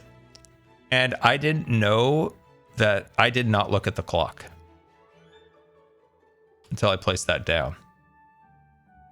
It's like right when I placed that down, I saw the clock basically said 1. But like to me, the worst thing I could have done was sent that cart and had it break the rail and we missing out on a room or something like that. Say like the cart went over somewhere and like hit something and broke the track. That would have been the worst. So like to me, like, yeah, I had to wait till the last second to make sure we got it all the way there. So yeah, that clutch was a little bit wild. We were very excited. Oh, could we just say something nice about Kara and Jojo? As always, they killed it as the hosts for the for MCC. Like just absolutely fantastic. It's so cool that they're both like MCCers. I think that always makes it like extra good that like the hosts also are part of the event and part of the community. So like they know everybody and they know how to play and all that stuff. So that's what makes that like super amazing. And then just generally they're great. So this is probably the only time I was like, oh, this feels awkward. I think just because like Grant at one point was like, at one point in the presentation, they were like, and at some point in the show, we're going to ask everybody to stand up. And then like Grant looks over at me and goes, and then when this part happened, when it was like, oh, we got to stand up and go over there. Like Grant's like, I don't know. What do we do? And I'm like, I'm not sure either. And eventually I think Chip's like, let's just roll over there. Let's go over there. We'll go over there.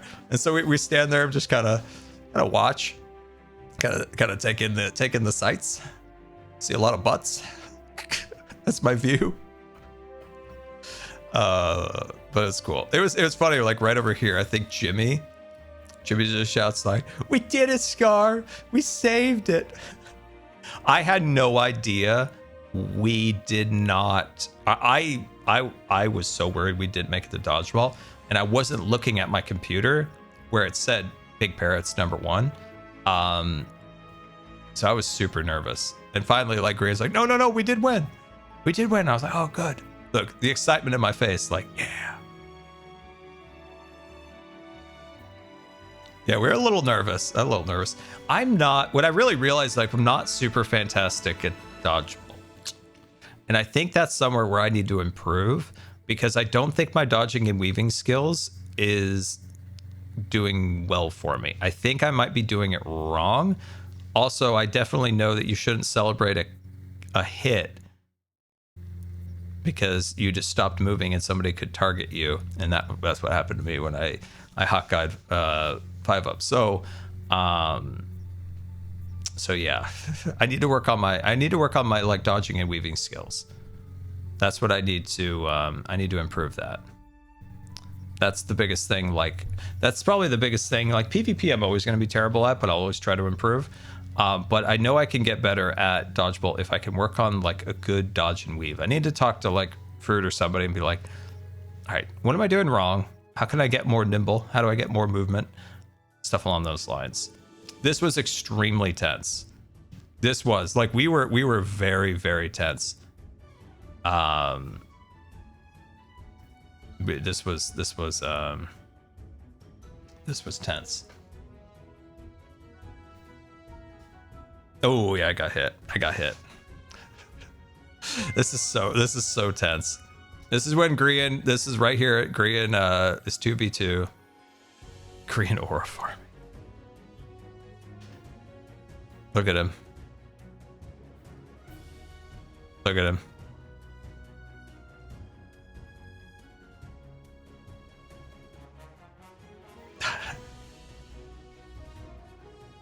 Did I almost fall at the end? I don't know why everybody did this, guys. Every hermit did this. We were channeling our inner hermits to Grian. We all did this. I don't know why, but if you go back, we're all like clutching our heads. I have no idea why that happened to be. Every hermit did that posture position, but we all like transmitted over to him.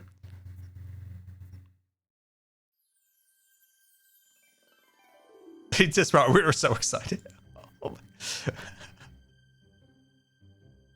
Oh, we were so excited. Oh, that was cool. That was cool. I was trapped. I was like trying to get by this chair. Dude, look at it. The guy, the admin was awesome. Like, he was great the whole time. And I was like so like just caught up in the moment, and I'm just bashing that chair, and this poor guy, he's trying to help me, but I don't even notice. I don't even notice. Look, and eventually he yeets it. Look at him. Watch. He just yeets that chair. He's like, we're taking the chair out of the picture. He was great. He was super good. Yeah, he was great, but it's just so funny. Like, I'm just dragging that chair. Green's like trying to get air now. He's just trying to breathe. Yeah, no more chair. And we went over and said, you know, GG and stuff to Purple, and then we came over here. The announcer was super nice, but they gave me the microphone again. I'm like, gosh, I have such a hard time talking in front of crowds. Why am I keep giving the microphone? Gosh. Not the microphone again. So Jojo ahead of time is like, dude, I think you guys are gonna win. And I'm like, Jojo, if we win, you're giving me the crown. And Jojo knows, like, because they had brought the other people had brought the crowns over, and I'm like, nope, I want Jojo. I want Jojo. Yep, see, Jojo knew. I said before that, like, I love how like we're positioned to like height. We're like positioned by height. Oh, they always give me the microphone. It makes me uncomfortable.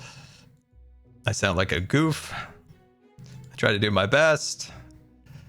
This thing is so heavy, guys. Like I'm not joking. That thing weighs like 10 plus pounds.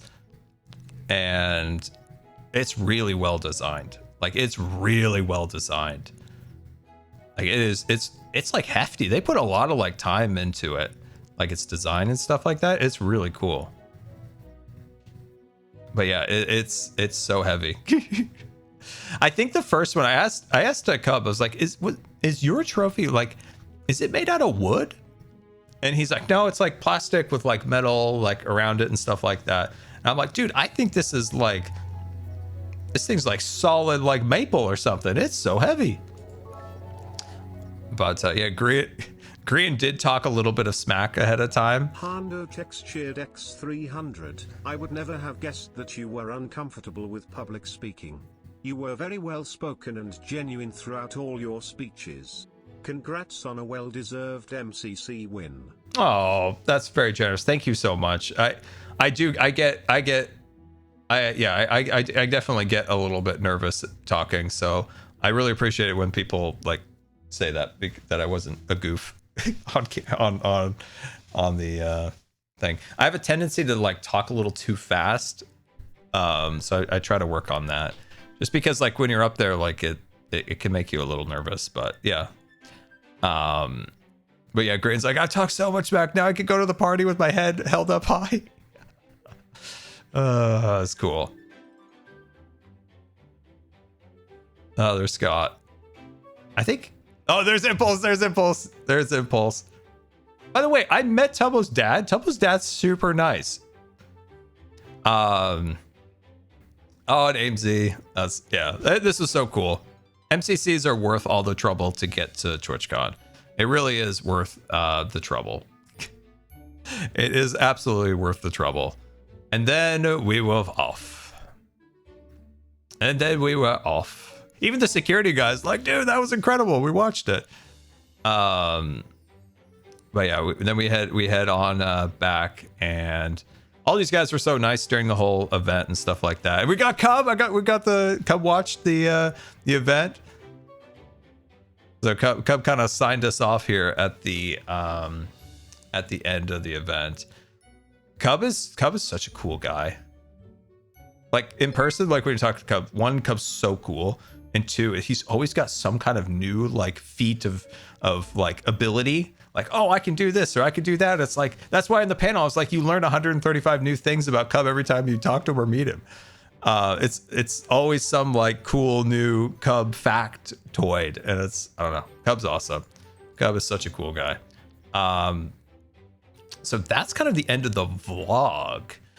So after that, that took place at about 4 a.m. because I got the worst flights imaginable, and we pack up. Unfortunately, that's where I lost my bag with my like antisocial, not social club shirts. And it was such a bummer. And we got the Uber. We got to the airport. Another great Uber driver. And this guy, he knew a back route. These Uber guys like know these back routes, right? So San Diego International Airport has a new terminal. And if you're going to, I think we were in maybe Terminal 2. I can't remember exact numbers, but we were going to like the Alaska terminal, right? And it was backed up like crazy. And he's like, I know a little shortcut. And we're like, oh, because we were maybe a tiny bit late, maybe just like a little tiny bit. And he's like, all right, here's the deal. You drive into the new terminal and there's a secret little bypass, like flyaway, to Terminal 2, and we like avoided 15 to 20 minutes of traffic. Like we went right around there, and then we got out and we were kind of late. Like I at least felt like maybe a little late. If it was a bigger airport, I think it would have been a bigger problem, but San Diego's a smaller port, so it wasn't that big a deal in the end. Well, once we get to TSA, that is the problem. But that's where I accidentally dropped the bag, I think, on the ground that had those extra sweatshirts. And it didn't get turned into lost and found and stuff, so it's kind of a bummer. But we get in there, we go up to the TSA counter, and I wanted to specifically say, because of last time, I was like, hey, I want to make sure I go to the pre-check line. And they're like, oh, okay, yeah, just go through here. And we go through there, and then I was directed again by another TSA person, and I finally realized, like, they're pulling me out of the pre-check line. And I'm like, this is I think is what happened last time. It's why that last time I was at San Diego was such a mess, because I realized, like, wait, that's the pre-check. I'm like, no, I'm a pre-check. And the person who takes like your photo now and looks at your like passport ID hands me this piece of paper again. And I'm like, oh no, not this again. And I specifically saw it. It was like, you acknowledge that you have exited a pre-check line and you're going through a non-pre-check line. And like the color of my face just descends because it is packed. Like, it is jammed. The TSA is like a nightmare. And also, you got to give it to them. Like, with all the stuff going on with like the government, like I get it. Like, it's not easy ever, but especially now. And so they were short staffed too. But like my heart dropped. I was like, oh no, my bag is full of medical stuff. And so they take my dad away. They leave me for 10 minutes, just kind of looking like a goof again. Like I'm sitting like in the center, like an island around all these lines going like this. And I'm just like, and then somebody's like, what are we doing with him? And I'm like, and then this guy's like, okay, I'll do it. And he takes me back. He's fine. He does like a hand, just all he did was just like a hand swab. And then I look over and every bag that we had got flagged and pushed to the secondary conveyor belt. Oh, and I was like, I looked at my watch and I'm like, oh no. Oh dear. And this TSA agent started with the backpack. So started with my backpack that has all of the batteries in it, and proceeds to berate me for having electronics in my bag. And I said, I'm a TSA pre-check. And she goes, you realize you're not in a pre-check line? I go, this is the second time that I've now been directed out of the pre-check line to it. And she goes, I don't care. I'm like, okay, I don't want to cause any problems. So I'm just going to be calm, Scar. I'm going to go into my Zen place. And then they take my dad for like extensive like pat down. And I don't like being separated by whoever I'm traveling with because I can't always do a lot. And they want me to do stuff that I can't do. And I need also somebody to like advocate in case I can't.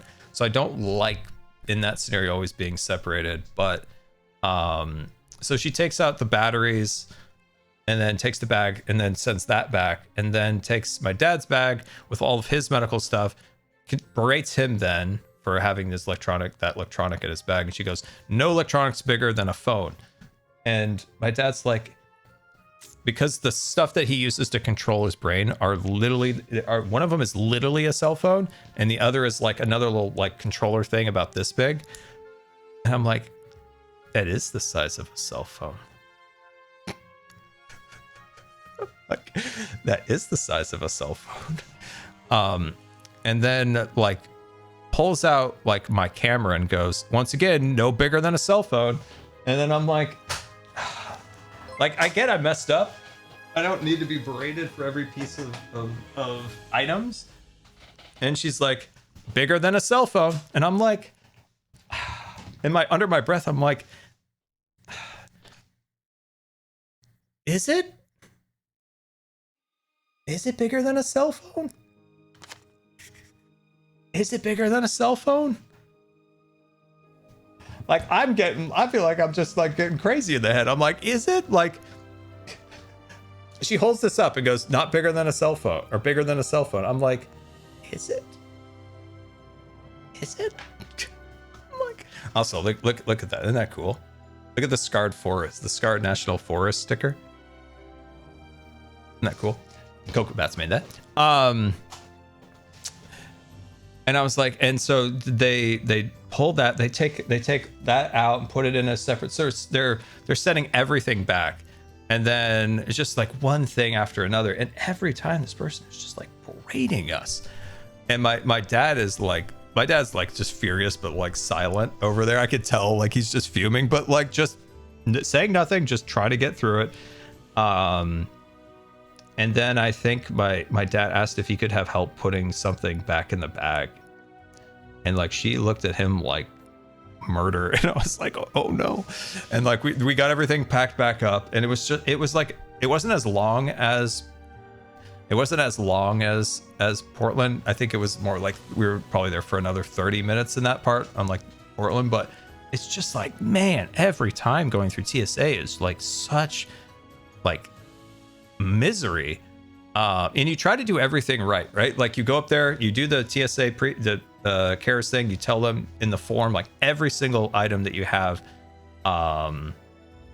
and it just like never helps. And like, you know, when you get up there, you're like, hey, this bag has liquid in it that is medically that is medically necessary, this, and that. But it's just like, I need some like more tips from like people who travel more often, because I just want to avoid just like this hassle every time.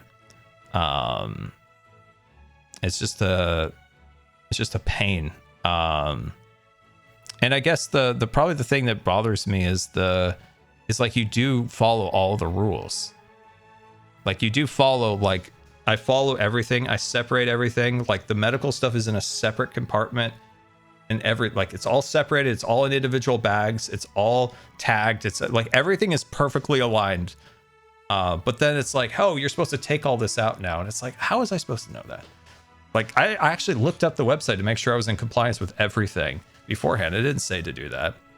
Also, like if you do go through a TSA checkpoint that's pre-check, why do they keep directing me out of the pre-check line and handing me that thing? It's like a green laminated piece of paper, and it's like, and when I saw that, I was like, no.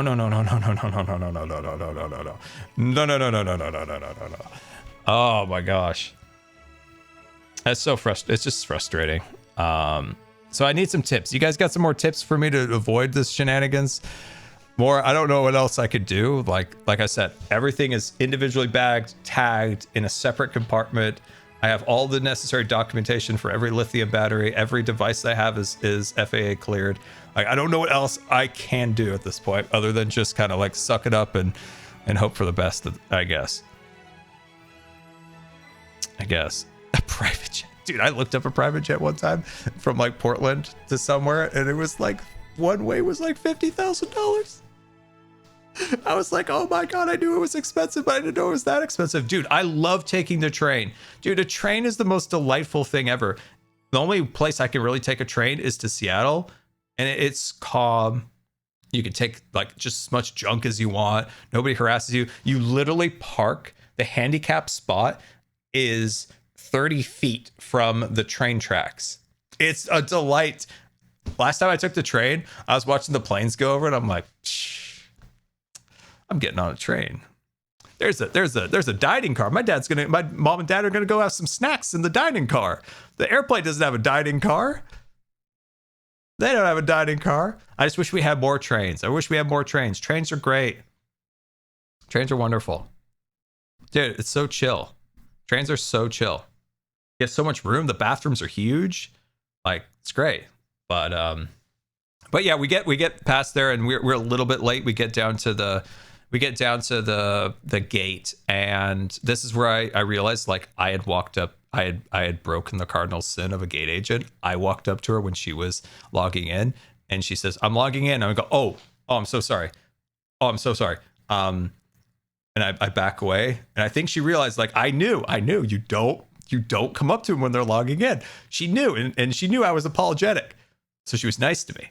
And so we back up, and eventually she calls us up, and like you have to do the measurements and everything for the wheelchair. And then she goes, "Hey, would it be easier if I just gate checked your bags and had them brought back to you in the jetway when you land?" And I was like, I didn't know that was a thing, but yes, please. So she was so nice. She tagged the bags. And so when we went down to the jetway, the bags went down to the plane. And then when we got off the plane, the bags were back up on the jetway. The reason I don't like to leave my bags is because they have medicines and medical devices in them. So that's why I always have to carry them on, and same with my dad. So, I didn't know that you could basically jetway tag a bag and have that bag then sent back to the jetway when you get off the aircraft, and you can grab your bag and walk off and not have to go down to the luggage. I didn't know that was a thing. So I was happy about that. And so, yeah, we get on the plane. They strap me up. They put me on, and the other gate agent is having a conversation with the flight attendant for a good solid 8 minutes. And there's just my spidey senses were going off that something was wrong again. And I'm like, oh shoot, something's wrong. To avoid issues, I usually book my flights, and I did it this time. I booked my flights through Alaska Airlines accessibility line. I do that because Alaska nowadays doesn't have all the documentation check marks for oxygen concentrators and stuff like that. So I go on to Alaska and I tell them like, hey, this is all the stuff. I have a wheelchair, I have this feeding bag, I have da. And they can do things that I can't do on their website. Other airlines, you can more like select all these things. So I go to the dedicated thing. She books the tickets, and gets them all set. And like, sweet. The dedicated Alaska person, always nice, always fantastic. By Scara private jet. Sorry you had to go through all that. And so she buys Scara private jet. I don't want a private jet. I want a hot air balloon. I want to chill in like a hammock, just cruising in a hot air balloon. That's Dream Scar right there. That's Dream Scar. That's Dream Scar right there. Hot air balloon. That's where it's at, guys. Or blimp. Totally blimp. Anything. I want to sail by the tides, by the tidal winds. I want to sail on the winds. Thank you, Raiders. Welcome, Raiders. Welcome. We're just recapping TwitchCon. Welcome, Raiders. I saw Impulse earlier was doing a little bit of Phasmo. Welcome, everybody. So we're kind of got the Raiders. We're kind of at the tail end here of the ordeal, but we're just getting to the end of the trip, and then I'm going to talk about the accessibility problems and how Twitch is going about fixing them. So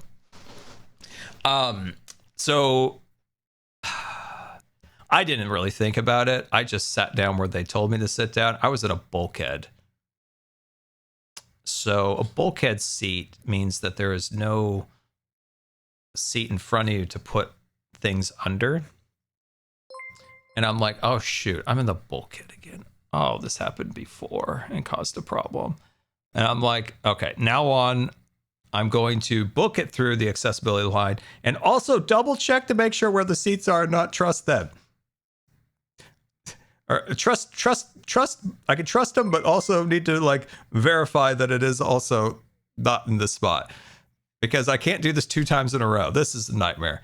And so they finally come over and they're like, hey, do you need your oxygen concentrator for the full flight?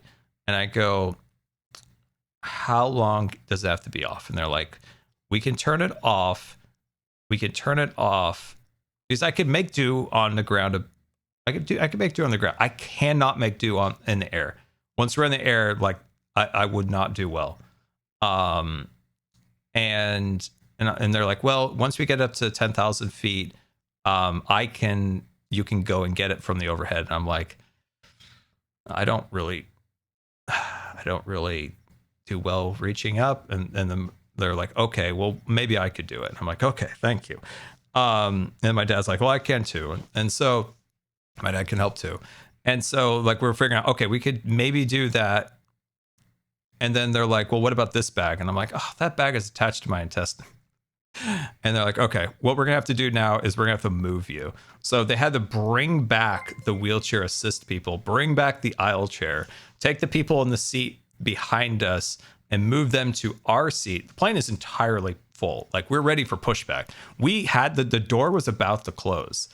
And so then they had to like re-pick me up. They had to clear part of the seats around that so they could get in, pick me back up, put me on the aisle chair, scoot me back, remove me, put me back down in the seat. And by the time that had happened, like, dude, my pants were like falling off. Everything was askew and tangled. And I'm just like, I hate flying. And so in the future, I have to double check that I do not end up in a situation where I have to have that bulkhead seat. I need to make sure that doesn't happen. Like, trust but verify that they have got me the right seat when I book it through the Alaska thing. And if I book another airline, it's a little bit easier because I can more do it myself, because you don't have to call anyway. Anyway, whatever. So we get on there. We make it. We fly. They get me off the plane. I'm disheveled. And as I'm rolling up the jetway, like, something's not right. Like, there's a little bounce going on. And I'm just like, oh no. Catutla cheered There's a little bounce. X300. Train from Portland to San Diego takes 34 hours, in 2 segments, cost $878 for a private room. 34 hours. I would have to account for the duration of TwitchCon and those extra days of medical supplies. That would be rough. That would be a lot of extra supplies. That's 2 extra days of formula bags. Ugh. That's a long time. 34 hours. Oof. Yikes. I think I'm gonna go with the hot air balloon. But as it was coming out, I was like, man, this chair is creaking and making a weird sound, and I'm feeling a little wobble. And then I started hearing some honking. I heard some honking, and I knew a honk, in my experience with the type of wheelchair I have, a honk, it's significant about it. I can't even say that word, apparently. That means that the honk means that the bearings are broken in the front casters, and I can barely wheel to the left. Like it's also getting worse. The more I wheel, like the worse it's actually getting in the front. And I just turned to my dad. My dad's exhausted. I turned to my dad. I'm like, they broke the chair. And he's like, what do we need to do? And I'm like, we're going to baggage claim. And so we hobbled down to baggage claim. And what's crazy is the chair, like the more I wheel, the worse it keeps getting. And we get down there, and they were very nice. Like the Alaska people at the counter, like the baggage guy, he was very, very nice. Not a fan of like a millennials work ethic, but he was very nice. He got what he needed done. I heard probably at least about an 8-minute spiel about millennials and their work ethic, but I was just like, bro, I'm so tired, dude. I've been up since like 4. I don't know what's going on. Zombie Cleo raid. We got a Zombie Cleo raid. Welcome, raiders. Welcome. Hello, Cleo. Man, I miss all the hermits. When are we gonna talk again? I want to play Hermitcraft again. Can somebody ask False when we're starting again? I forgot.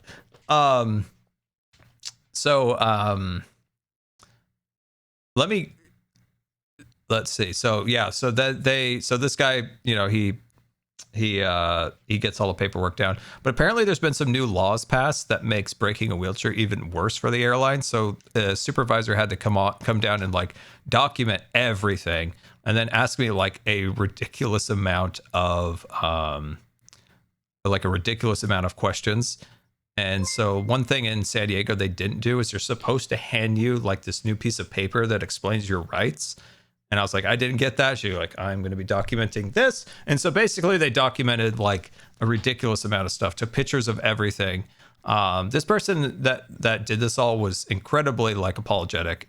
And I was like if you just show like the ounce of like empathy to like this, then I'm like, that's totally cool. Like I wasn't upset. Like this person was just incredibly nice and explained how this like shouldn't happen, but they're going to make it right. And the company who deals with the repairs, like the insurance company for the airlines, they're fantastic. I wish they were my health insurance. They're so like helpful and fast. They're like, hey, I know this is your main means of getting around. We're going to expedite everything. Everything is approved. They were super nice. So I'm in my like new wheelchair, but this new wheelchair is so dangerous that I like tip back every time I wheel. It's so I'm kind of like having to be really safe in this chair, because if I wheel this chair too much, like it just flips back, and like it's so off balance still. It's a mess, but hopefully my old wheelchair can get fixed and I can just get back into a chair that's not dangerous. But yeah, they did a number on it, and I think what happened, this is just a theory, because I've seen it before, is that on the jetway there's stairs going down, and then there's this like little slide for luggage that slides down, and I think that they may have slid the wheelchair down that slide, and it probably hit the ground on the other end, or hit some kind of like barricade that like keeps the luggage from like flying all over the place. So the wheelchair went flying down and then smashed that. Based on one, the casters all were broken. And by the time I got home, like it just kept getting worse and worse. I think because they were misaligned and broken, that the more they wheeled, the more they got like more and more broken. And then they messed up the right thing, and they ripped something on the back of the chair. The right brake was also misaligned and broken. I think it, like, the little pin, there's like a little spring pin that was just knocked out completely or something like that. That's what the technician said. And that's what I think they did. And hey, I can complain all day about it, but what's the solution for this? The solution for this is to take the wheelchairs down the elevator. So if you have a powered wheelchair, so these powered wheelchairs can weigh up to like 300 plus pounds. So obviously nobody's picking up the 300-pound wheelchair, or at least not without like, 50 guys, some burly fellas. So those are brought down an elevator, and they bring them down. And I think they're either doing two things. I think they're carrying the manual wheelchairs by hand down those stairs, which isn't good. That'll hurt the person's back. We don't want them to hurt their back. Or they're just sliding them down that little like chute. And that's where I think a lot of the damage is occurring. So it's like, take the extra less than 5 minutes to take the wheelchair down the elevator. There's plenty of time. I'm first on the plane, last off the plane. So there's plenty of time to do it. Like, by the time like you get me out of my seat onto the aisle chair, there's plenty of time to take that chair down an elevator and brought around to the aircraft. And I'm the last off the plane. So there's plenty of time to take the thing up the elevator and around. Saves person's back. We don't want to hurt the backs. We got to be, don't want that. And two, don't damage the chair, because a chair is a person's leg. Breaking somebody's wheelchair is the same, in my eye, maybe people disagree, is the same thing of just like snapping somebody's leg. I can't move at all without my wheelchair. I am like a turtle without its shell. I am just a floppy bunny. I don't know what I am, but without it, like, I can't move. So like, I'm literally just like an eel out of water. Like, I'm an eel. I don't know. I'm just trying to think of like animals. Like, I can't move. So when you break it, you're denying my ability to move. And so that's why it should be taken serious. Like, don't hurt the luggage person's back, because carrying this down the stairs would hurt somebody's back. Like, we don't want that. But what the simple solution is to take it down the freaking elevator and don't drag it across concrete.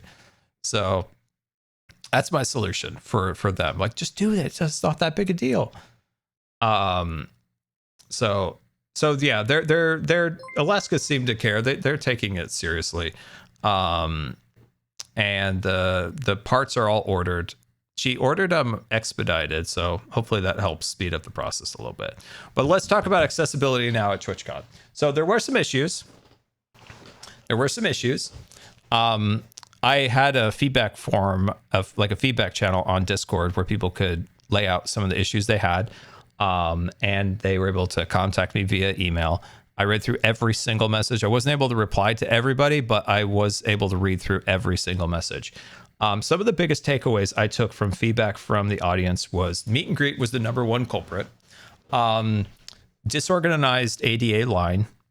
Some meet and greets had a specific line for ADA, and some didn't. And from what I could tell from everybody's feedback from the meet and greet that we did with False, Ren, Cub, and myself, there was like next to no ADA line or some kind of like disorganized nonsense.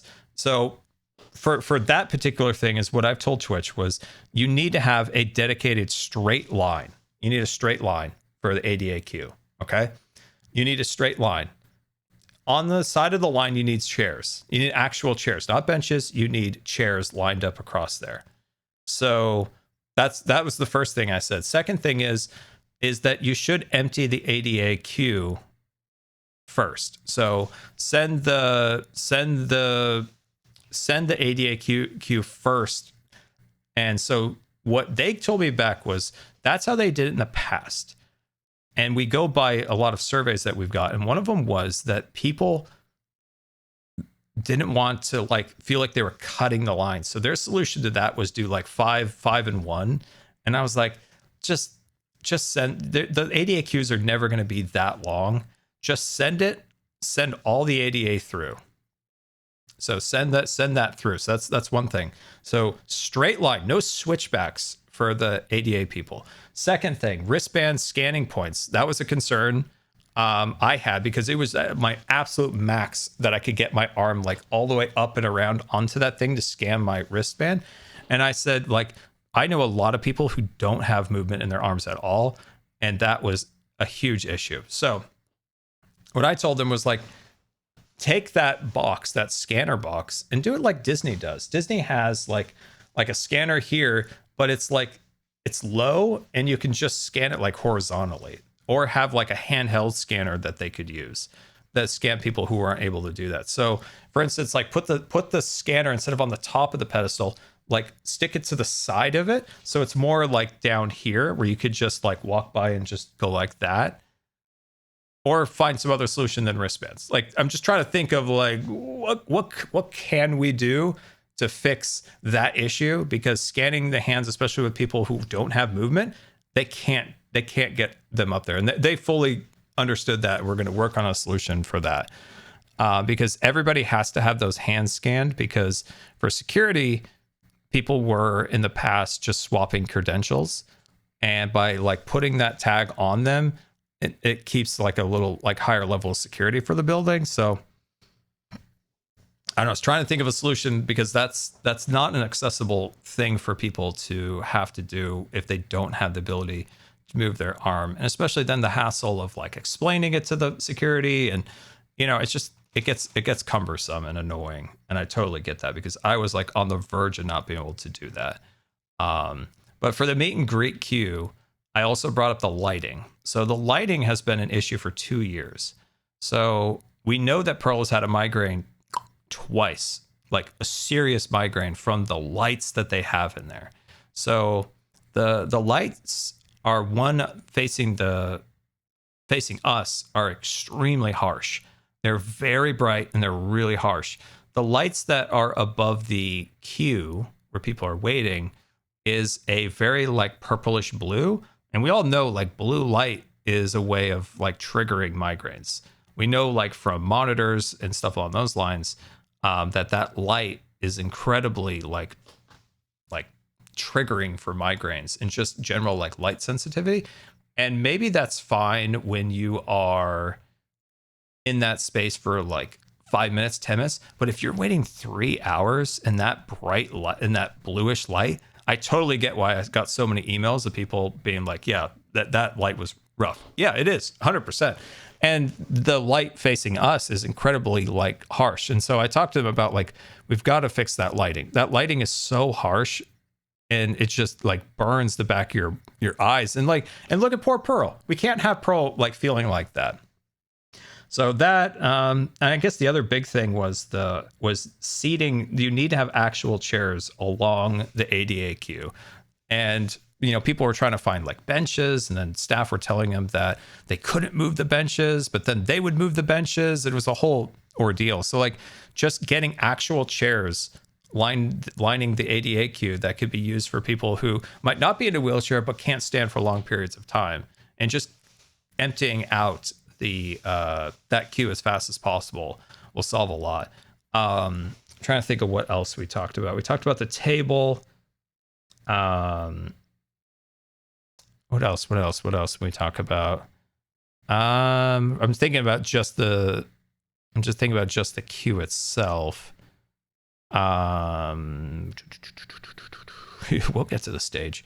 I know I'm going to think about 5 things else. I'm going to think about like 5 more things about the meet and greet that I talked about that I'm just like blanking on at the moment, because we're already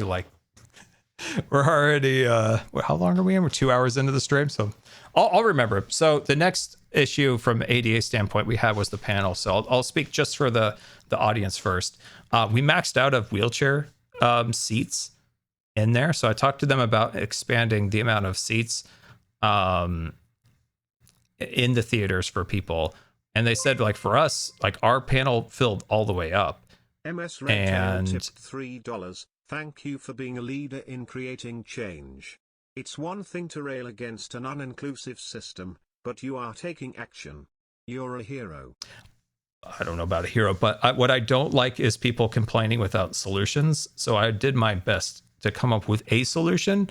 Doesn't mean it have to be the solution or the perfect solution, but at least it's a jumping off point to like figure out how to make things better for people. Because like genuinely, like I hate just blind hate towards any like thing, and just like yelling bad at something doesn't help anything. But like coming up with a solution, even if, like I said, it's not the solution, but it's at least a starting point to work off of. So that's why like I spent a lot of time trying to think of solutions. So one of the things was like, yes, we need more wheelchair seats in the theater. The queues outside of the theaters need to have more of like a marked off like ADA, like this is the marked off area for ADA, along with, once again, chairs. Like really important that we put chairs along there, because not everybody's in a wheelchair. Some people might have a cane, or maybe they don't have anything, but are just, you know, can't stand for long periods of time. So having an actual chair lining those spots is important. Second would be, I asked them about like a disability coordinator for the event, somebody that can like deal with issues in the time. They said they had somebody that oversees like with the convention, all encompassing things like ADA, prayer rooms, a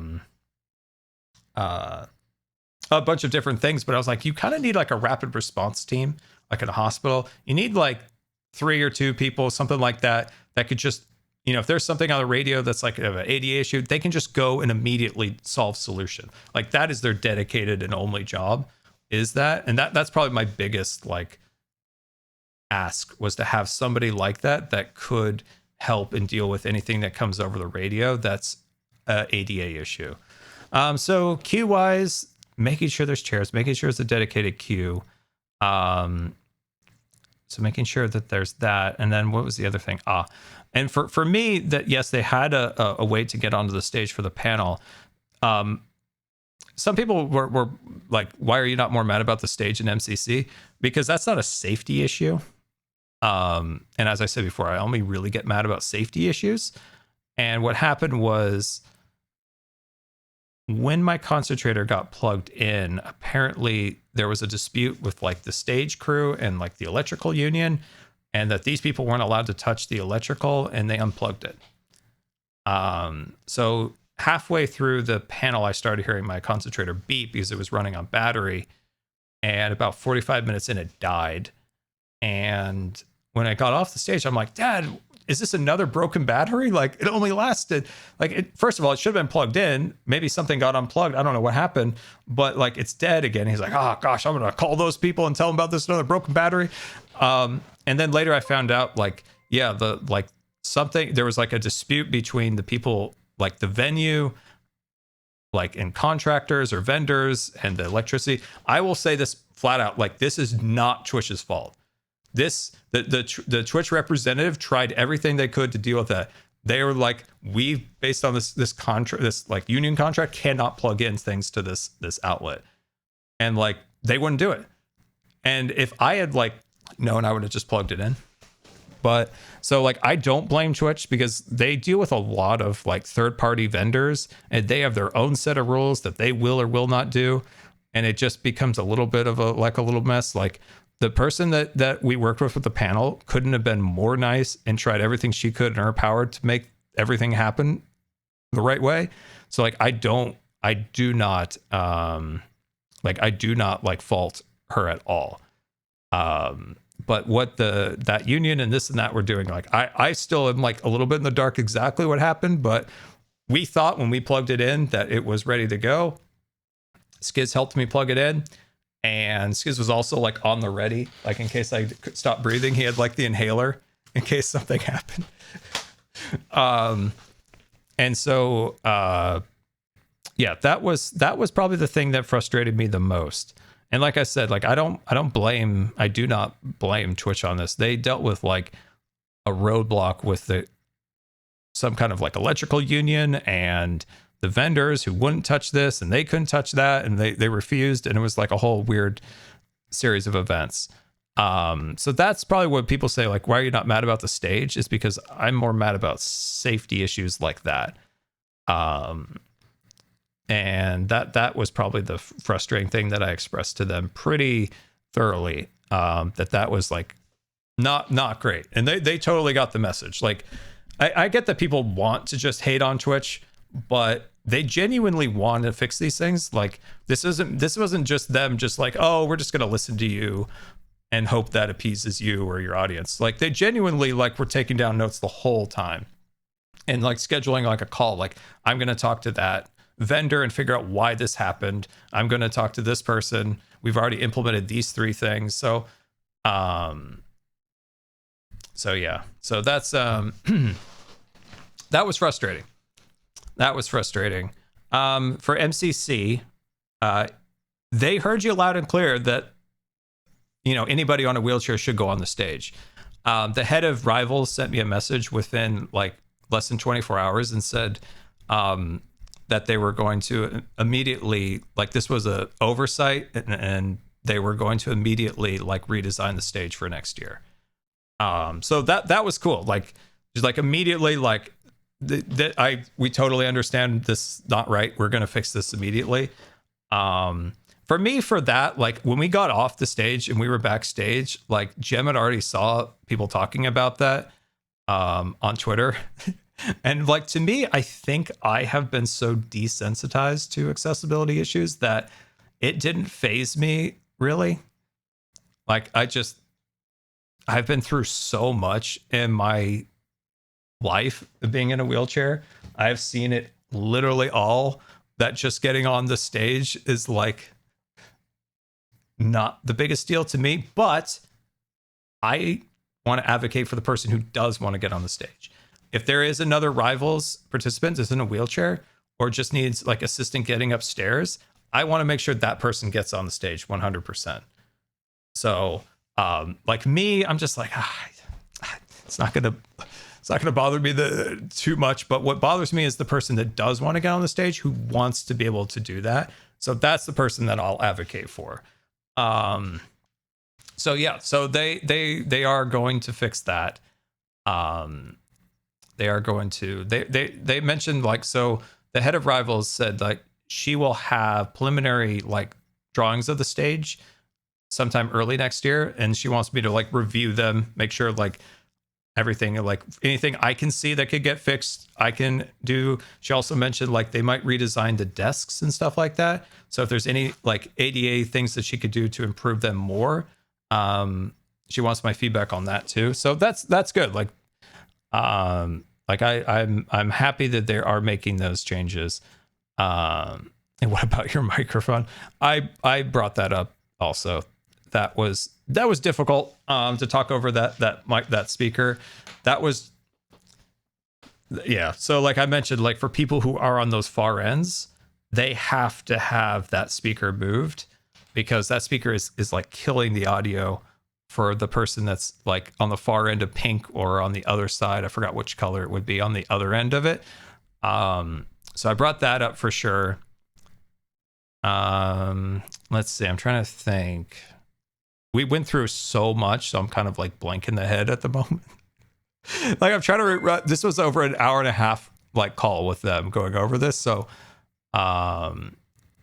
I discussed there's a light situation at MCC, very specifically, that there's a series of lights that turn on when we are in between games.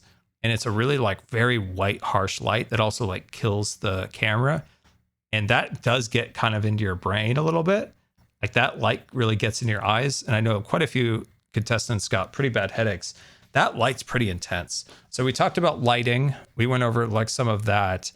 I'm trying to think. We went over that. We went over the stage. We went over the desks. We went over general like tripping hazards. We went over increase the amount of ADA seats in the stadium. We talked about, let's see, I'm trying to remember. I'm like going over my head, like everything we discussed. Anything I'm missing? False basically disappear. I know there's some, it did make for some funny memes for sure. The sound was loud. I mean, yeah, but like that's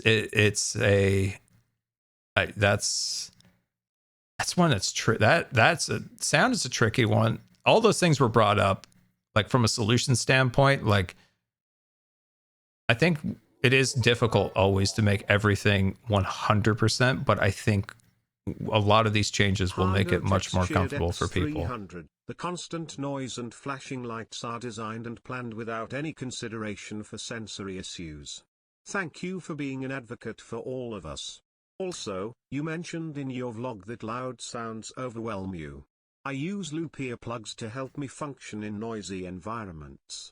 They help block out the loudest noises while allowing you to hear people speaking directly next to you. Oh, that's pretty good. They're an absolute lifesaver and I cannot recommend them enough. That's a pretty good one. Yeah, that's actually that's a great solution. Let's see, ASL interpreters. I believe there was interpreters for MCC. If there wasn't, let me know. I can always email them again. Let me know if there wasn't. There should have been.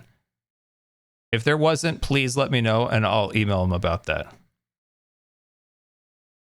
If there wasn't, yeah, let me know, because I believe there was. I didn't get any feedback on interpreters for MCC, but if that's something I just didn't see, please let me know. I'll forward that back to them.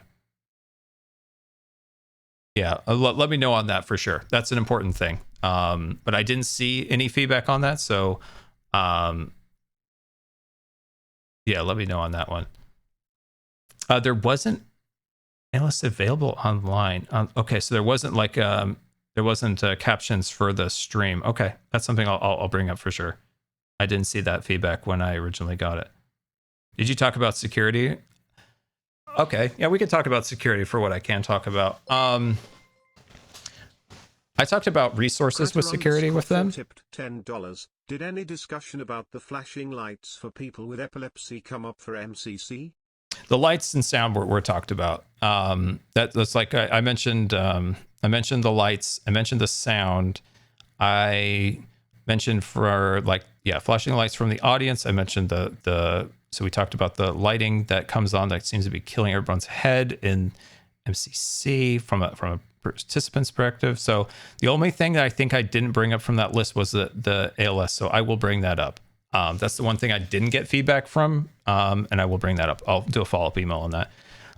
Let's see, where were we? We were talking about, what was it? Oh, security. I talked about resources. So to contrary to belief, there was a massive amount of security at TwitchCon. I think the massive amount of security was misallocated in many different areas.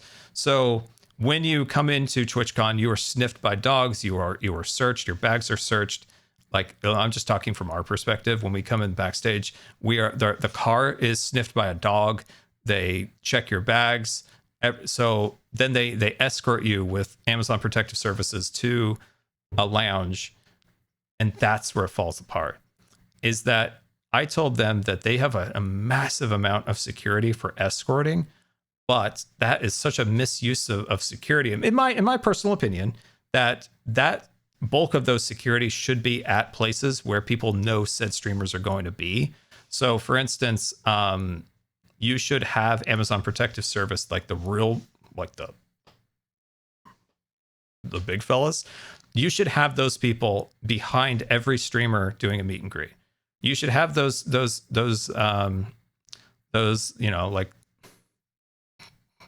people next to every panel stage. For rivals, those guys should be there.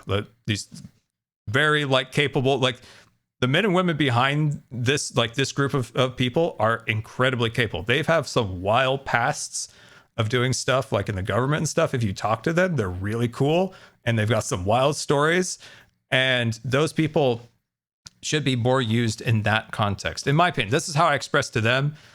I'm no expert in security, but I feel like instead of have them just doing escorts to the meet and greet and then walk away, those people need to be behind the streamer at the meet and greet. Those people need to be at these places, because these places, this is where people know that a streamer is going to be, and that's where they may cause a problem. So those people being there is a good line of defense. If they're in a camera angle, tough beans. If they're a little too close to the streamer, like I feel like that's fine. Like just have them be there, because like at our meet and greet when they did their lockdown, they had those guys there. They had actual uniformed law enforcement, but they were gone within an hour. And I told them that. I was like, those guys were there, but within an hour they were all gone. And those people need to be like at those places. So that's something I did tell them. Like they need to maybe reallocate some of that security. I also told them from a security standpoint, having streamers behind tables is a tiny line of protection, but it also helps. If somebody were to do what they did to that poor other streamer, there's also like a table that person's going to have to get over, which is not going to prevent it 100%, but what it does is it gives time for security to intervene. I also, going back to the meet and greet, talked about the rudeness that was shown towards a lot of our people in the queue from some of the staff there. And I want to make sure I did bring that up, that there was a lot of kind of rude comments towards people, especially when like asked about, hey, can I go to the bathroom? Can I do this? It's like, you can't expect somebody to wait 2 hours and not be able to go to the bathroom. So I want to make sure I did bring that up. I'm just recapping an hour and a half conversation that was like nonstop discussion. So I'm like trying to remember everything as I go. So a table in front of a streamer, security behind the streamer, if they were to, feel comfortable doing a meet and greet. So that was one thing I brought up for security. I brought up bags. So what I was told, because I believe somebody had an issue with their medicine, which I've had personally in the past too, that this medicine is cleared to come in. They should not have had that problem. And so what I told them as a solution to security issues is, going through security with a bag that has like medical stuff in it. You need like a flow chart. Like, hey, person with disabilities comes in, person has medicine. Here's a chart of exactly how I should do it, instead of trying to remember a briefing that they had on Friday and now it's Sunday and they forgot. Does that make sense? Like they need like an actual piece of paper to say like, okay, this is what I do when I encounter this issue. This is the solution I came with. I don't know if it's a good solution, but it's a solution nonetheless that at least could be worked on. Like, hey, here is a piece of paper. Person with disabilities, check. Move down the line. Person has medication. Let me double check. Perfect. Okay, you're good to go. This, to me, that's how I would do it. But I also have never organized anything like this in my life, so I don't know if that's completely ridiculous or not. But I'm like, if security has something like that, I feel like that's better than maybe like a meeting that they were in. They had it like 6 a.m. and everyone's tired and like half remembers what was said. But instead of having like a laminated card, it's like, okay, this is what you do. Or, hey, we need to check with the disability coordinator to come down and check on something. Like those are all things I feel like is reasonable. I don't know. I try and do my best. So there was that. There was the bag. I also suggested, this might be another thing that's not great, but Twitch gives you a tote bag when you check in. It's a little black bag. And I told them there's a lot of issues with people wanting to bring in a bag and needing to bring in a bag for, say, medicine or maybe some snacks that are needed to keep like sugar levels leveled. You might need a couple different food items to, keep you steady. And those shouldn't be an issue going through security. So what I suggested was clear tote bags that are like backpack straps or something like that. Like a bag that's clear, and they could put a branding on it, and maybe some sponsor could put a sponsor on the back. But what it is it's clear. It's big enough to put stuff in, and you could put that on your back, and it's not going to cause like a problem. Wait, you can't bring a bag in? No, you can to a certain extent, but there's like size requirements. It's a whole thing. So a lot of these policies, if we go back to why they were implemented in 2017 in San Jose because of that horrific murder of a content creator, that singer back in the day. And after that happened, they implemented the like security measures at TwitchCon. So that meant like full security, no bags, all of those different things. So after that horrific incident is when Twitch like started like doing the no bags, the no, like the pretty intense security measures. So it's like, there is a reason they do these things. And we have to kind of go back in time to be like, why? Because the first TwitchCon, they had no security. You just walked right in the building. The second TwitchCon in San Diego had like really mild security, but not all doors had security. And then by 2017, they had done a lot after that horrific incident. So there is a reason why they do it. It's just they can always improve and do better is what I was trying to get through to them, especially for people with disabilities deal with a lot and they don't need extra hassles every step of their life. Let's see, where were we? You remember San Francisco had no security? Dude, they had no security at all. Dude, it was like chill. It was chill as can be. It's freaking so chill.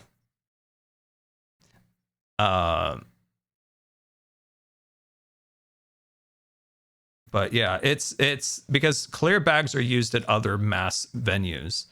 And so I've seen, like, looked it up and like that is a way to deal with that. Is just have like a clear bag that's used at other big events and stuff. So I'm like, okay, that could be a solution. So to allow people to have bigger bags and be able to bring more stuff into the event. Let's see. Trying to think. What else? There's so much we talked about. I'm trying to remember everything. Spark my memory, guys. What other issues were there?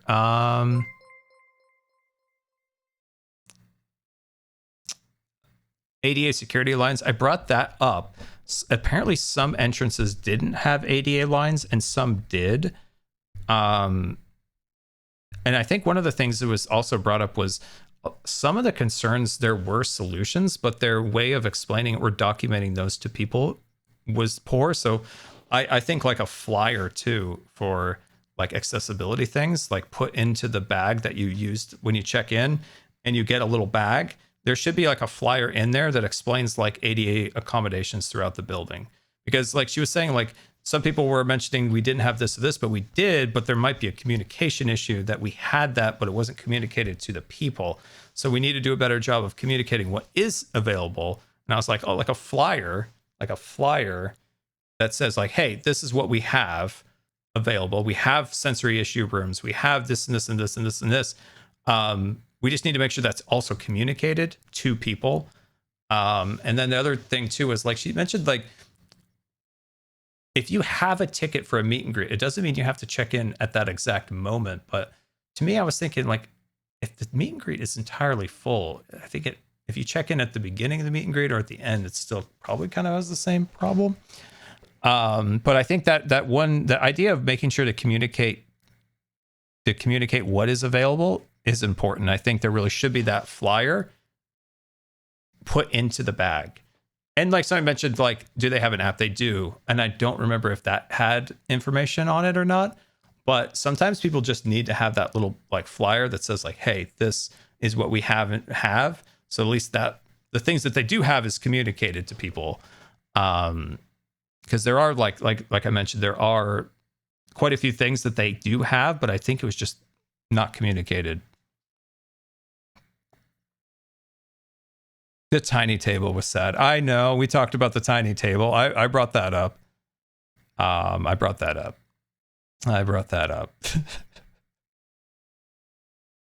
But I think that sometimes you just need to literally have a physical piece of paper.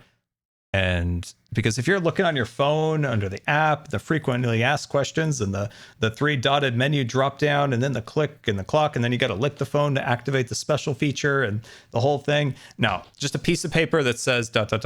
is so much better than being like, it's on the app somewhere.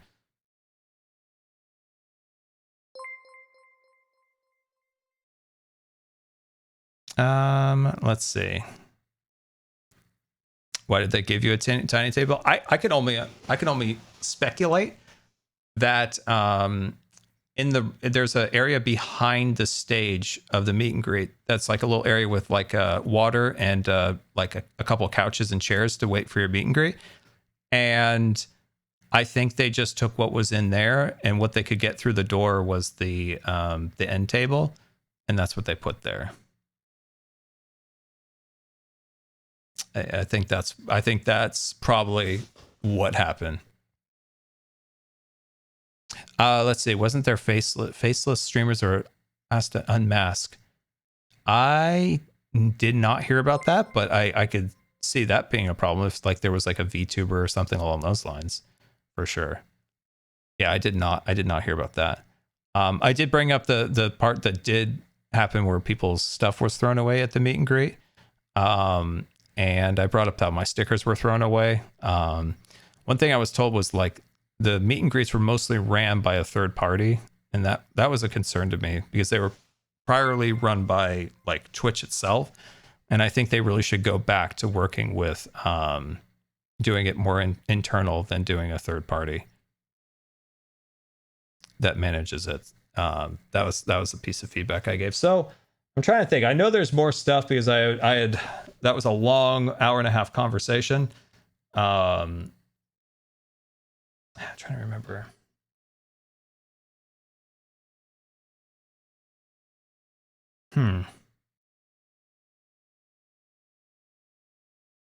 There was a lot of stuff. I'm just like drawing a blank now. I'm like, I know there was more stuff I brought up.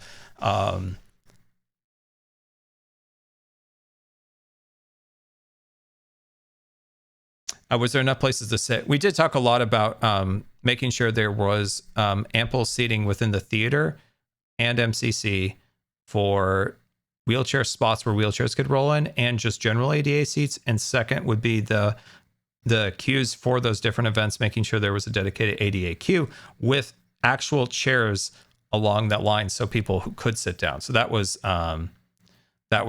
important.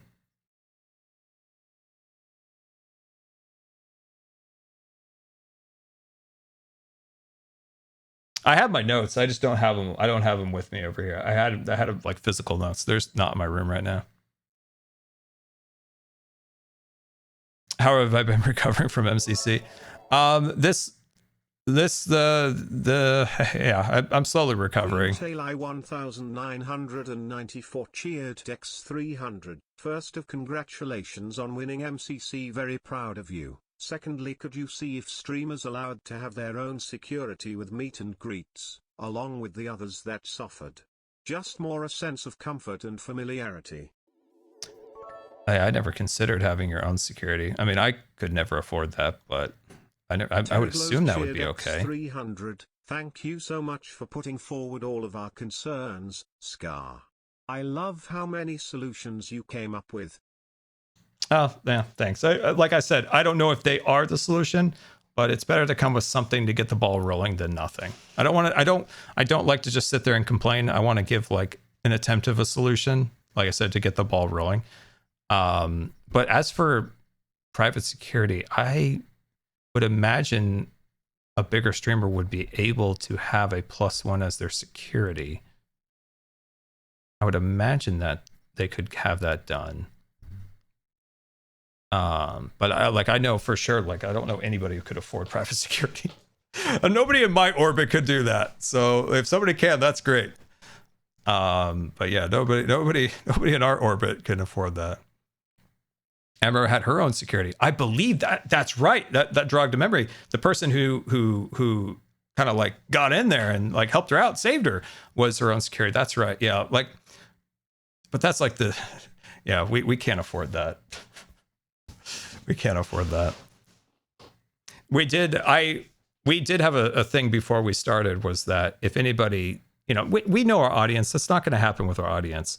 But if anything were to happen, my stance was with like the guys was, if anything happens in the first or second meet and greet, you put the person on the ground until actual uniformed law enforcement arrive. Like nothing, that's just how it'll happen. That's how it's going to be. That's how it's going to happen. Get on the ground until an actual uniform person arrives. That's just how it works. There's no ifs, and or buts. That's how it was going to work. But like I told, like, after that horrible incident happened on Friday, like Anthony was like, dude, like if you guys don't want to do the Minecraft meet and greet, that's totally fine. Like Anthony was super cool about it. He's like, we'll bring extra security if you do. And we're like, bro, we know our audience. we know our audience. Like, we're okay. We're gonna be okay. We appreciate the thought, and yeah, extra security is great. But we're like, we'll be all right. We'll be all right. But appreciate the looking out for us, Anthony. Okay, so yeah, security wise, like I said, I had quite a few suggestions on how to like really utilize what they have, because what they have, there is a lot. It's just what it needs to be is reallocated, in my opinion, into different places.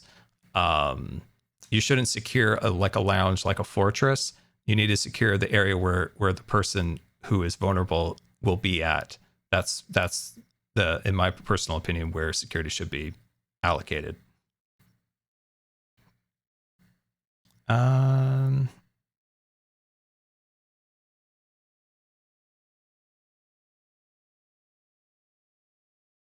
to think. What else? Any other Q&As, guys? Any other Q&As? Jog my memory.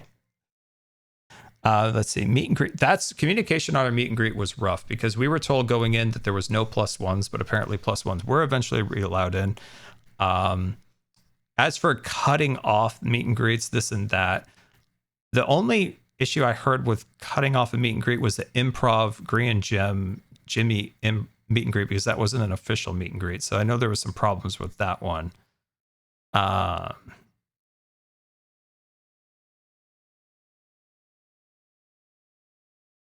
And then length of them is such a problem. The length is too much. I know that.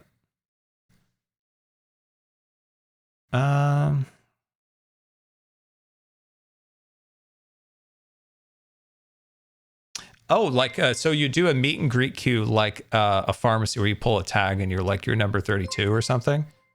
That's interesting because there is like an allocated amount of tickets and then those people line up. A rep per hermits. Yes. So let's talk about that. At the event, I specifically asked for a partner manager 3 times. And why I've been a little bit pushy about this is that I have organized all the events for the last good while. And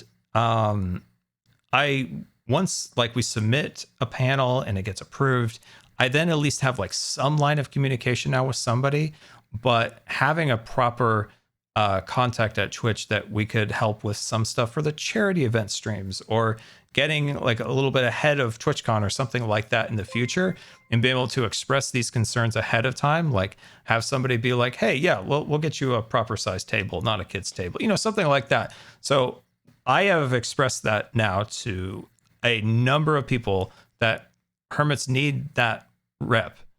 And I've also spoke to them about it at that meeting that hermits need that rep. And like I told them, like every time we deal with Twitch, they have nothing but nice things to say about Hermitcraft. They have nothing but nice things to say about the members of the group. And they often always use the word like, we had no idea the group was so big. And I cheekily responded to them, was like, yeah, like we fly under the radar. We create content and entertainment, not drama for views. And that's how we fly under the radar all the time. Like we're not here like stirring up nonsense all the time. We're creating entertainment for our audience and having fun together. And so we don't always make a lot of noise, but we also have like a huge, great, amazing community. And we could use some support in managing it to make the best possible streaming and content we can. So I try to advocate for Hermitcraft as best I can in that regard, because we really, really, really could use like a man on the inside, like to help with some of this stuff. And yeah, so I definitely brought that up. I brought it up at the event and I brought it up in that call once again. And I get from their perspective, they're like, hey, we're going to try, but do know that like, they lost a lot of their partnership team in the layoffs and over the last year and a half. And like I said, I totally agree. Like 100% sympathy to you guys. Like you guys are actually, I'll say this, every person I've met at Twitch is trying to do the best job with the resources that they have. And that's why I never trash Twitch, because I know the people that I've dealt with are doing the best job with the resources and abilities that they have. And it's like yelling at the cashier at the store because prices went up. That person didn't set the prices. So like, I'm like, that's how I try to at least treat them with respect and know that sometimes like not all of them have, complete control of every little aspect of things, but I can just advocate the best I can. Why didn't they get bought by Amazon, dude? They got bought by Amazon when I got partnered. I was on Twitch partnered like I think 3 months before the because I streamed before, obviously, but I remember my partnership went through and then the sale went through. I was like, I kind of like the homebrew Twitch. I miss those days. I miss those days.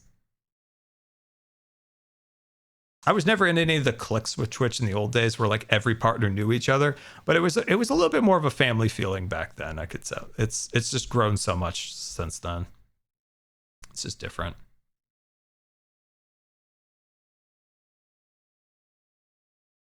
Yeah, you can't yell at like just an employee about layoffs and this and that. They don't control that.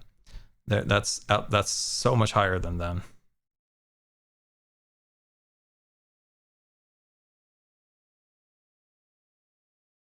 Twitch's finances, I'll tell you, my friend, are some of the most complicated things I have ever heard when anything I've ever been told, and it is wild. There's a lot of interest, a lot of stuff going on there. Let's see. Thank you for having such a positive outlook. Well, I appreciate it. I try. I'm tired, but I try. Yeah. Any other Q&A? Any other Q&A things, guys, I could help with? Bring back Minecod, dude. I annoy Mojang so much with that, dude. Cub and I fight the good fight, and we'll never let up. Elevator locations, dude. I have never been to a convention that had decent elevators. I think that really comes down to like a proper map too, that says like, hey, here's an elevator that is available. You know what I mean? Like a map that shows, because like I would love a map. And I think that comes down to the ADA pamphlet I talked about. It also could show like elevator locations. I didn't even think of like saying that, like there should be elevator locations on that, but that's a good idea, because you're right, like finding elevators is such a problem.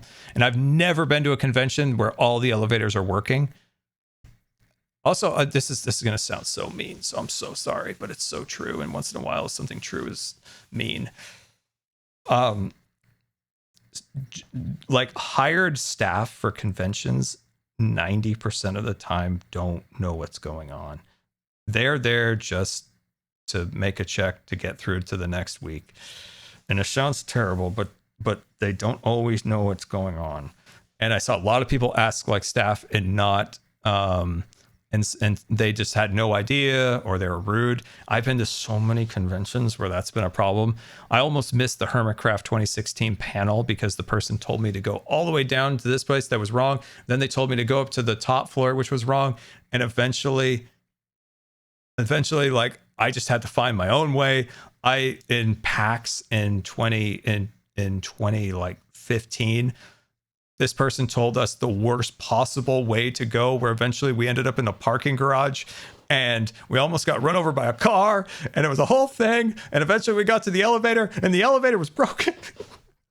Like I have been sent on so many wild goose chases by just like general event staff that I know sounds mean, but like I don't ask them things anymore, because I've been guys, the stories I could tell you.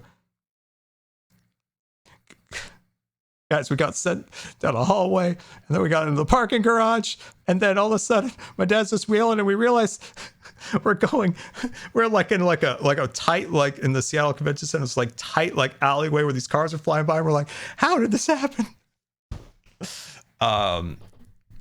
So it's like I get it. Like those people are just, you know, it's just it's probably like a side job for them. So it's like I don't want to be mean, but I generally don't usually ask them anymore anything, because it's always a wild goose chase. Dude, I've seen it all. I've also been desensitized to a lot of it. So when people bring up like legitimate problems, I'm like, oh yeah, that is a problem. I just have gotten so used to this.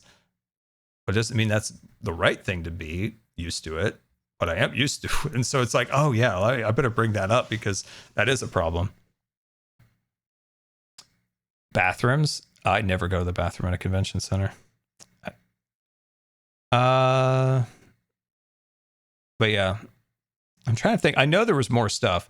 I know like we extensively talked about MCC, the stage, the chairs, the audience situations. I also brought up an idea, like in some cases, if somebody wants to, like, I know this is at other places. I know Disney's done this before where they have like a side room where if something is overly like stimulating, you could still kind of watch from like a TV, and you could still kind of still be there, but you could kind of have your own space for a little bit, even if it's just for a few minutes to kind of like settle for a minute, and you could still see what's going on. Like I did bring that up. I forgot that was something else I brought up because I know Disney's done that. I know other venues have that, which I thought wasn't a terrible idea. Because even if it's like you don't want to not be a part of it, but you also sometimes, even if it's just for a few minutes, you want to chill, but also know what's going on, or maybe you just want to be in there. Like you're still here, but you also want to have kind of like a calm room. Like, dude, it sounds awesome to me. What else? What else? Twitch thinks you would watch from your phone. That would be rough. I know for MCC, like our phones were not working. Like nobody had cell phone reception, at least from a contestant standpoint. We were like, we got nothing.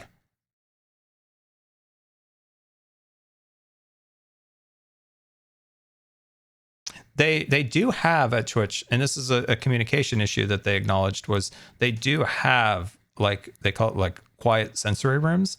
But I think a lot of people didn't know those existed, and why they need to do a better job communicating that to people to make sure they know that those are available.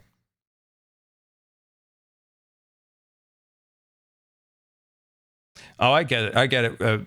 Let's see. My brother also disabled. My mom always having to argue with staff at events. I 100% get it. My mom does the same. My mom does the same.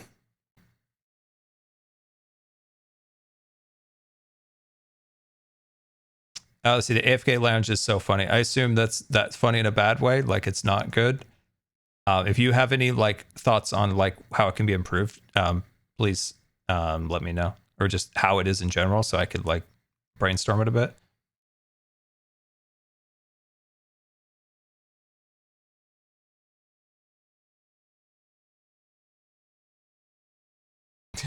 Dude, my mom, I wouldn't be alive if it wasn't for my mom advocating for me nonstop. Dude, they were gonna like pump me up with vancomycin, and they fully well knew that I was deadly allergic to it. And they're just like, we're gonna hang some Vanco. And my mom's like, did you check his allergy list? She's like, whoa, she checked his allergy list, right? And I was like, we got it, no worries. And like, no, he will have an anaphylactic reaction if you give him that medicine. Do not hook that medicine up. And eventually it was like, the doctor's like, wait, can you explain this to me? And the nurse is just like, yeah, let's hook up that vancomycin. It sounded like my brother. He's like, it's like cool guy Scar all back again. It's like, hey, we're gonna hook up the vancomycin. And it was like, cool. He was so much like my brother, that like, hey guys. And then you know what that really annoyed me about that nurse was? Dude, I was a mess. This is 2021. I was just brought by ambulance to a hospital, and they found I had like multiple critical lab values. They bring me in. I'm like not doing well. I had Riger so bad that they had to like hold me down for a while because I couldn't stop shaking. The Rigers were so bad. And they finally like stabilized me, right? This happens. They come back and they're like, dude, you have no neutrophils. You've got like 5. There's next to nothing left.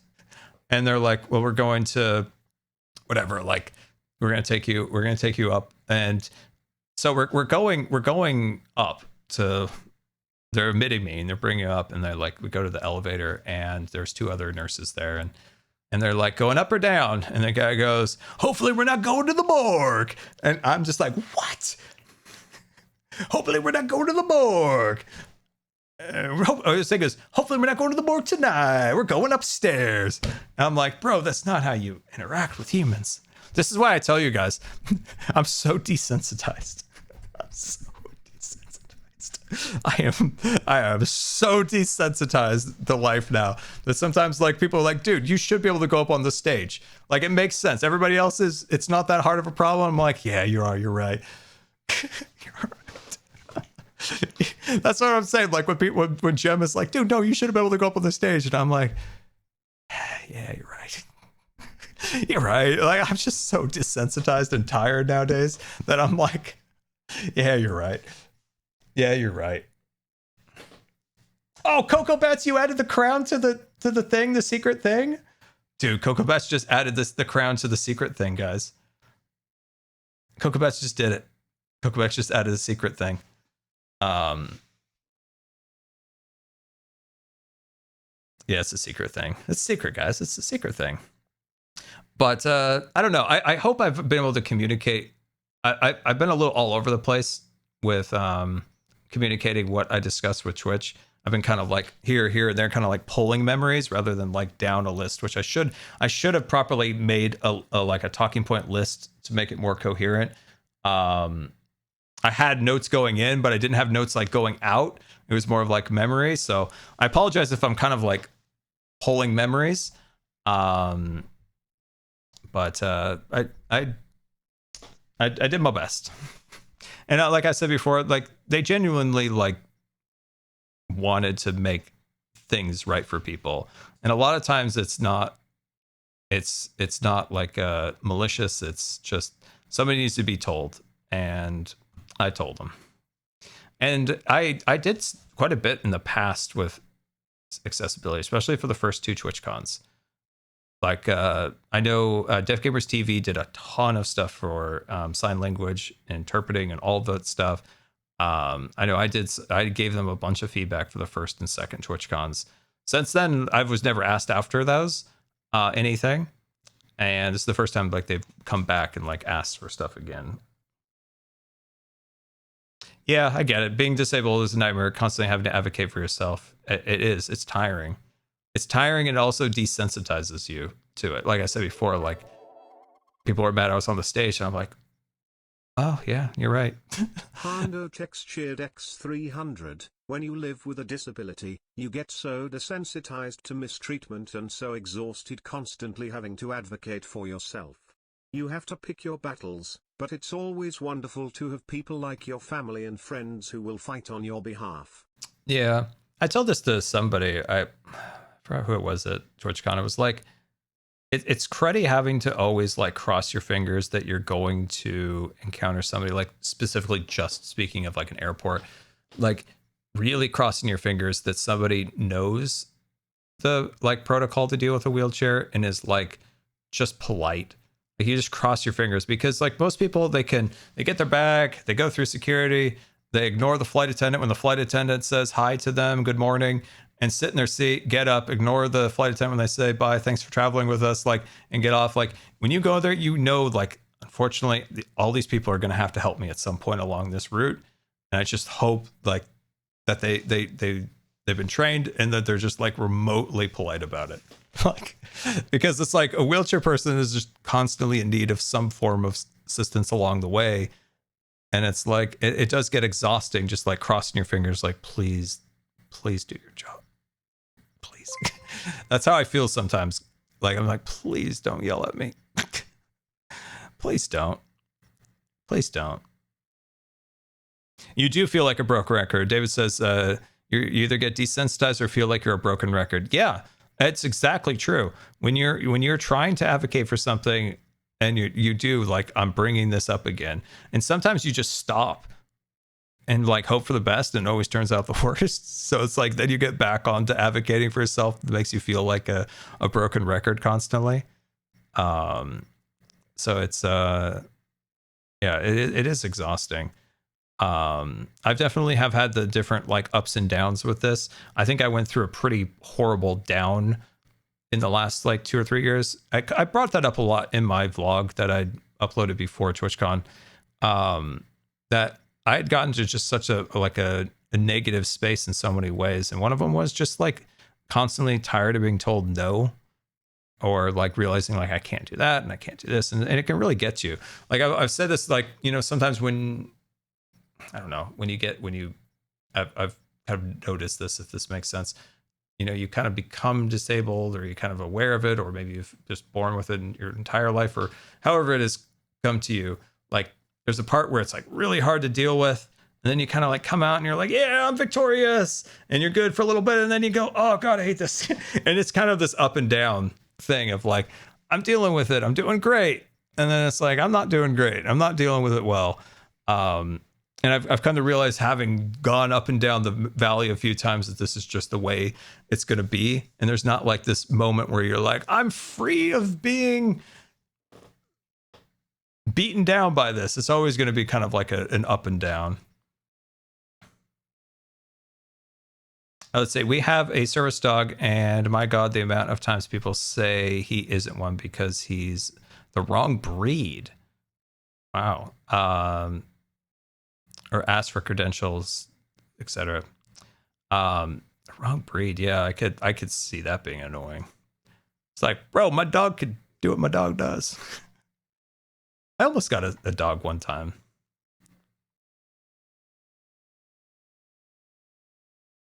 Wait, whoa. Yep, especially because it's October. October slide at the moment. It's a struggle. Wait, do you also like feel like trash in October too? Wait, hold the phone. Do you also feel like that? Like, I swear, like every October I feel absolutely wretched. I hate fall. Everybody's out there with their mocha latte, like, oh my God, I got my mocha latte, and I'm at Starbucks, and I'm gonna get it in my Stanley, and I've got my whole house decorated for fall. I've got the colors. It's amazing. I'm just influencing. I'm like channeling some Instagram influencer. Like, I got my mocha, I got my Stanley, and I'm like, God, I hate fall. I don't know why. I always feel the Valley Girl is back. The Valley Girl is back. I kind of love fall. Oh man, yeah. No, I hate fall. It always makes me feel the absolute worst. I'm very interested to know that other people feel the same way. That's hilarious. I just slayed my mocha latte, my pumpkin spice latte. I slayed it. Yeah, I feel the same way. It's called the October slide. Dude, I've never heard of that. What is going on here? What is going on? My muscles, like my bones, like I feel like when I wake up it just always happens, but in the fall, trying to wake up, it feels like I'm trying to wake up from anesthesia. Like it's just I gotta get up, but it just feels like I'm waking up from anesthesia. I'm like, woof, gotta get up, but boy, howdy, I feel terrible.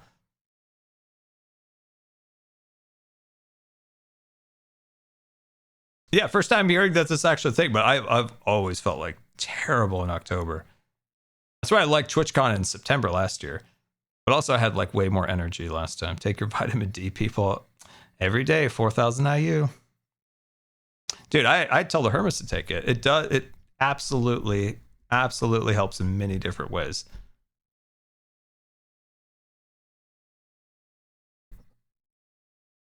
It smells like death outside. Is that the decomposing leaves? Is that the decomposing leaves? O_Lemio tipped $3. The ups and down you say is very relatable. I have a hard time accepting that I am disabled for this very reason. And yes, November and October suck. I had no idea other people felt that way. We've all come together to express our hatred of the fall here. This is great. Dude, when I was a kid, like I love fall because it meant like Halloween, and I love decorating for Halloween. Hence wanted to be an Imagineer, so I wanted to decorate the house to the utmost degree of like spooky and cobwebs and get really like intricate with the cobwebs. And I would criticize other houses that had poor cobweb jobs. Guys, did you do that too? Did you go to other people's and see they took their cobwebs and they just kind of like put it down like snow? They took the cobweb, which is supposed to be like pulled out like this to create cobwebs.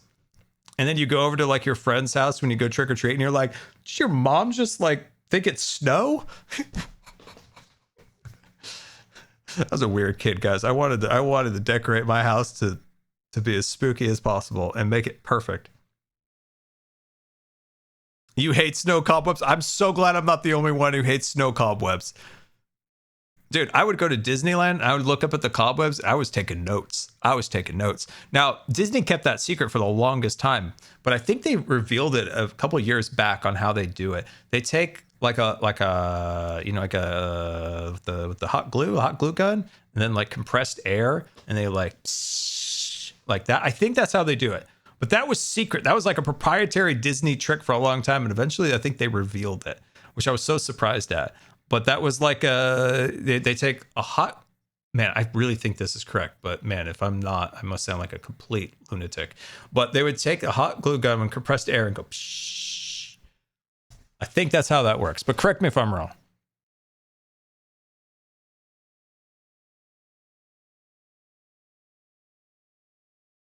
Dude, you went to the fancy houses? Dude, we went to the fancy houses once when we were... Okay, let me tell you a story. There was a very, very wealthy person on our swim team, and he invited us to go to his neighborhood for Halloween. Hando textured X300, I loved your update video. I'm so happy here that you're healing from a difficult few years in your life and are ready to wheel out of your comfort zone and try new things. It genuinely felt like Christmas morning hearing that you're finally moving after years of trying to find an accessible house. Oh. I was legitimately crying happy tears all day because your positive, optimistic energy radiated from the video filled me with so much joy. Oh, that's very, very nice of you to say. Thank you. Yeah, it only took 3 years, but yeah, it'll be nice. It's just, we want something safer for everyone involved. My dad fell off the ladder like 2 years ago and like miraculously didn't break anything, but had like the worst bruise I've ever seen in my life all the way down. Like, I was like, well, what would happen if he did break multiple things? Like, this house is not set up in the slightest for that. It was kind of like a wake up call. I was like, yeah, we've got to figure something out. And it was such a exhausting, painful route looking for houses that were accessible to the point where it was like, there isn't. Like, there's no way any of these will work. Like, you go up there, there's like 5 stairs going up there, and we're like, here we go, next house. Or you look at the bathrooms, and you can't get in any of the bathrooms. And it was like, yep, that's not going to work either. So eventually it was like, we're going to have to do it ourselves, which is exhausting and horribly expensive. But it's like, you also live in it, and you need to put the time in to make it so it's safe and accessible. So, yeah. Thank you. Like, it's a big step for all of us, I think. Kind of getting in a better headspace and hopefully safer and a little bit more, I don't know, more comfortable, which will be good for everybody. Let's see. Oh yeah, the rich kids. So this guy on our swim team, his dad had this like wild job at one of like the research places. Not Los Alamos. That's in New Mexico, but it was like something like that in California. And we went to this place, right? Because he was friends with my brother, and I was like a tag-along. I was a monkey. I was literally a monkey. I had a monkey costume that my mom made, and under that monkey mask, I had poison oak head to toe, but I was excited. Lawrence Livermore, yes. I was head to toe in poison oak, but I was in my monkey costume, and we went to this place, and it was wild. It was like this big gate, and that like we went up there and there's like security, and I was like, whoa, they got like policeman's keeping people out of the neighborhood. And we go in there, the gates open, and like as a kid, everything just feels bigger and more elaborate than it probably really was to anyone. But as like a kid, I'm like, dude, their McDonald's has like cursive writing. I'm not joking. The stores around this neighborhood were fancier. The McDonald's didn't just say McDonald's on the front. It was McDonald's in cursive writing. And I remember saying like, what restaurant is that? And my brother's like, it's McDonald's. Oh yeah, you don't know how to read cursive, dyslexia. And I was like, don't make fun of me. Don't make fun of me in my monkey costume. How old was I? I was probably 7, maybe. I was like 7, 8, maybe. I can't remember. Maybe it was 7. Dude, but McDonald's was in freaking cursive writing, and I couldn't read it. And so we go in there, and like I said, some of this stuff's probably not as like crazy, but like to me at like that age, everything was like big and like extravagant. And like people, when you go through there, dude, people's lawns were my actual dream of what my house what I wanted to create. Like they had like full on skeletons, and some of them, this is back like a long time ago. Like now it seems more mainstream, like to go to Home Depot and see like Jack Skellington, like, hey. But some of these things were actually moving. So they're all like custom built and just wild stuff. And the first house we went to, The first house we went to, dude, they first started you off with a drink. I'm not joking. The lady, she comes out with like a tray of drinks, kind of talks to you a little bit, and then once you finish up your drink, like the guy had like a full-size candy bar ready for you, and I'm just like, what is happening? I was like, this is amazing. And then they're like, dude, John Madden lives at the end of the street and up the hill. He gives you a bag of candy, like an actual bag of candy. We go there, the lights are off in the house. He had a separate gate going into it. Yeah, the John Madden, the man, the game, the football guy, and then he wasn't there, so it was so sad. But apparently, like, he gave some mega candy out. But yeah, that was such a wild experience. Like, some of the decorations there were so crazy.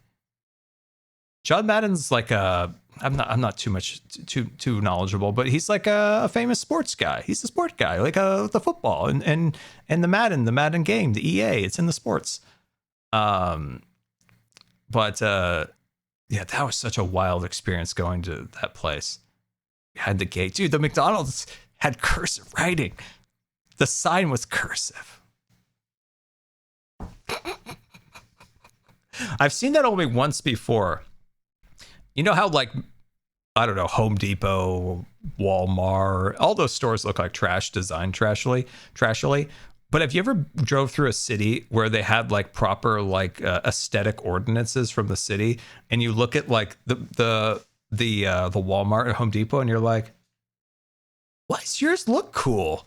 Like, I noticed that driving through Montana. There's a few towns in Montana you drive through, and there's like a Home Depot, Walmart, whatever, and they're like the big box stores, like broken up into lots of like little shapes and stuff like that to make it not look like a giant like warehouse. Have you guys seen those? Where you drive through and you're like, why can't you do that everywhere? You can do it here. Obviously, the city's making you do that. Sisters in Oregon is like that. Interesting. It is sometimes the smaller towns, right? It is sometimes the smaller ones. In Florida, Celebration is like that. Oh, yeah. Dragonilde 18 cheered Dex 300. I just started driving on my own, and I was super nervous at first, so I tried your fighter pilot wiggling the toes trick, and it totally worked. Thanks for all your great life advice. It worked! Genuinely helps. Oh, Also, I'm so glad that helped. Great job on your vlog. I had a smile on my face the whole time. Oh, I that's missed nice. Scar vlogs. Oh, thank you so much for the nice message. I appreciate that. I'm glad the toe wiggle worked. I'm glad you liked the vlog. Thank you. That's so nice. Yeah, I know Disney pushed really hard for Anaheim to put like huge standards when they redid Disney, like the Disney property in 1998, 1999, 2000, 2001, when they did the whole like big California Adventure thing. They like brought down the signs down to like a little tiny signs and did a bunch of stuff like that. Which is curious because they're gonna add a giant sign to Disneyland, which would go against the ordinance. So that must mean that something must have changed in the background. Regardless, Disney talk. Did you guys ever see that photo that went around on Reddit and Twitter for a while that showed it showed like all the giant like signs that are next to interstates that are like 5 stories high for like Chevron, Denny's, McDonald's, Taco Bell. Do you guys remember that? Do you remember that when that like image went around, it like circulated a little bit and people were making fun of that? Do you remember that image? To me, when I see that image, I'm like, I love that, because I, as a kid, went on some massive drives, like drives that would take like 3 or 4 days. And when I saw that, people were making fun of that, but I'm like, dude, when you've been in a car for 12 hours and it's like 1 a.m. and you see all those signs, you're like, civilization. We can get ourselves a snack, get some gas. And I'm like, you know what? That's to people who hadn't gone on like massive drives where you're like 12 hours in the car or more. I think the longest one was like 15. And you see that, you get excited. You're like, dude, light, civilization, food. I remember people making fun of that, but I'm like, man, when you're 15 hours in the car, you see that, you're like, let's go. It is incredibly American. You are 100% right. And specifically, I would say that's very like West Coast, kind of like West inching towards Midwest, especially. Yeah, man. There back in the day, our family went on some wild drives. I think we drove from the West Coast from California to Minnesota, from Oregon to Minnesota, maybe like 6 times. Eventually it became old hat, but like that was a wild trip the first few times. That was a wild one. You know, once I think about it, I think the one time we were so tired of driving, we just decided to send it. And we were in Yellowstone all day. And then my dad's like, I just want to go home. And I don't think we stopped. Like, I think my mom and him traded off. That had been plus 24 hours. For this stream. I'm dealing with a lot at work around disabilities at the moment, and wanting to find solutions that meet both the business needs and my needs, and the bit you said about advocating for yourself and constantly being told no just hit me hard as it resonates so much. This is the first time I've been able to catch a full live stream and this such a wonderful community. Thank you for doing what you do.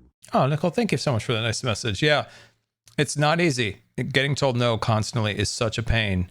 And then it's like, one thing I learned when they were talking about it, and I know this too, so it was like we were both talking about it, is like, not all people with disabilities also have like the exact same perception of how things go. So it's like, you know, some people are like, oh, we want things to be this way, and some people want to be this way. And it's like they were saying, like, sometimes it's hard, like, just to try to find the middle ground too, to make sure you meet everybody's needs, because like some people like, I don't want to go in the line faster, I want to wait just with everybody else. And then some people, no, you really should be on it's just it can be hard. It's not easy. That's why I never like trash people, just always advocate as best I can in a positive way. But yeah, it's exhausting always advocating for yourself. Like I said, you just cross your fingers, especially like just burned in my brain of going through airports, because it's like my worst fear. And so it's like you cross your fingers and you're just like, please don't hurt me today. Thank you. Don't hurt me. Reminding that Twitch that I'm not a bot. Thank you for reminding Twitch that you're not a bot. Yeah, that is one of the weirdest changes they've made. But honestly, if it cuts down, I don't know. If it cuts down on the people that view bot, and then, you know, forget them. That's another thing I just love about this community, is how, like, I don't know, no Hermit does all that nonsense. We're all just chill. We're all cool. We do it for the love of the game. We do it for the love of the game, guys. We do it for the love of the game. I honestly, like, that's what I love about Hermitcraft in the Minecraft community, like the MCC community. We just do it for the love of the game, guys. That's why I say, like, TwitchCon, there's such a distinction between like TwitchCon and like TwitchCon Minecraft. Like there is such a line right there that's like wholesome, positive. People have got fan art, they've got costumes, everybody's having a good time. There's high-fiving, there's Hermit Gang songs being sung, and then there's just like wild TwitchCon over there where like people are running around. Like some people's like, I don't even know if they have any clothes on. It's a whole thing. So that's what I love about like TwitchCon these days, is there is that like very much positive Minecrafty I am getting group. into YouTube, and I am on a Hermitcraft style SMP, and I've gotten to editing my first episode, and I'm wondering what your editing tips are. I'm so bad at editing. I'm so bad at editing. I wish I could give you a tip. I feel like I need tips. We're trying to squeeze mini Minecon into TwitchCon. 100%. I that's what I love about it, is like they're really like, I'm like, guys, there really is like this really cool positive part of TwitchCon. That's the Minecraft community there, just being positive and celebrating the community. I was screaming at my TV when you won MCC. So happy for you guys. Oh, thank you. Oh, thank you, Christmas. Christmas, by the way, I congratulate you in the chat, but it's the first time like vocalizing it. Congratulations on graduating. Like that's such an accomplishment. I know you've been working so hard for so many years. So big congratulations. And can we get some love for Christmas in the chat, guys? Can we get some love? Christmas graduated recently, and that was a huge effort. So send some love in the chat for Christmas. But it's I don't know, like it's I guess in like closing with Twitch is like, with that, with everything. It's like, yeah, there were some huge problems. I honestly believe that the people I talk to want TwitchCon to succeed and want it to be accessible as much as they can for everybody. And I do believe that they listened. If there's anything else that we missed today, you can message me and I could forward that to them. So for the stage and for Twitch Rivals, they're going to send over the designs for the new stuff so I can take a look at that. And then within the next year, they want to do like there's like an accessibility roundtable they're going to have once they get into like the planning of TwitchCon. So I'll be a part of that to help with that, hopefully. I just wanted to say that your videos have been really helping me through the recent loss of my childhood dog. Thank you for everything. Oh, I'm sorry to hear that, my friend. That's never easy at all. That is losing a family member, and we're thinking about you, my friend. We're thinking about you. So yeah, so there, and then I'm just trying to think of like, I keep feeling like I'm missing things that I talked about that I wanted to convey to you guys, but I keep drawing a blank on what they were. Trying to remember, but yeah, I tried my best. I tried my best. I am a tired Scar, but I tried my absolute best. Vacation locations. Oh God, I'd love to have go on a vacation someday. But when I got home and my chair was broken, I was beat to smithereens by the airline. I was like, oh boy, it's gonna be a while. It's gonna be a while until I leave the house again. But yeah, just trying to go over everything because I really want to make sure I convey what Twitch told me. I just drove from Vancouver, Canada, to Disney World in Florida. Then I went to Starbase to watch Flight 10, then to Disneyland in Cali. 112 hours drive. That is a wild drive. You do that with the love of the game. You have a love of the road in your veins, I can tell. That is insane. Vancouver, Canada is on the far west corner of the North American continent. You drove all the way to the lowest, the tail of the North American continent, the tail, Canada, or not Canada, Florida. You drove all the way down there, and then you go all the way around the Gulf, down to the very tippy of Texas, into one of the most backwater areas of the country, Starbase, to watch Flight 10, and then drive on that. Well, I wonder if they cleaned that road up. That road used to be a disaster going to Starbase. And then going to Disneyland, so going all the way across the country, down to the tippy bottom part of California. Dude, that's insane. In a 2012 Ford Focus, dude, you have a love of the road, don't you? You have a love of the road.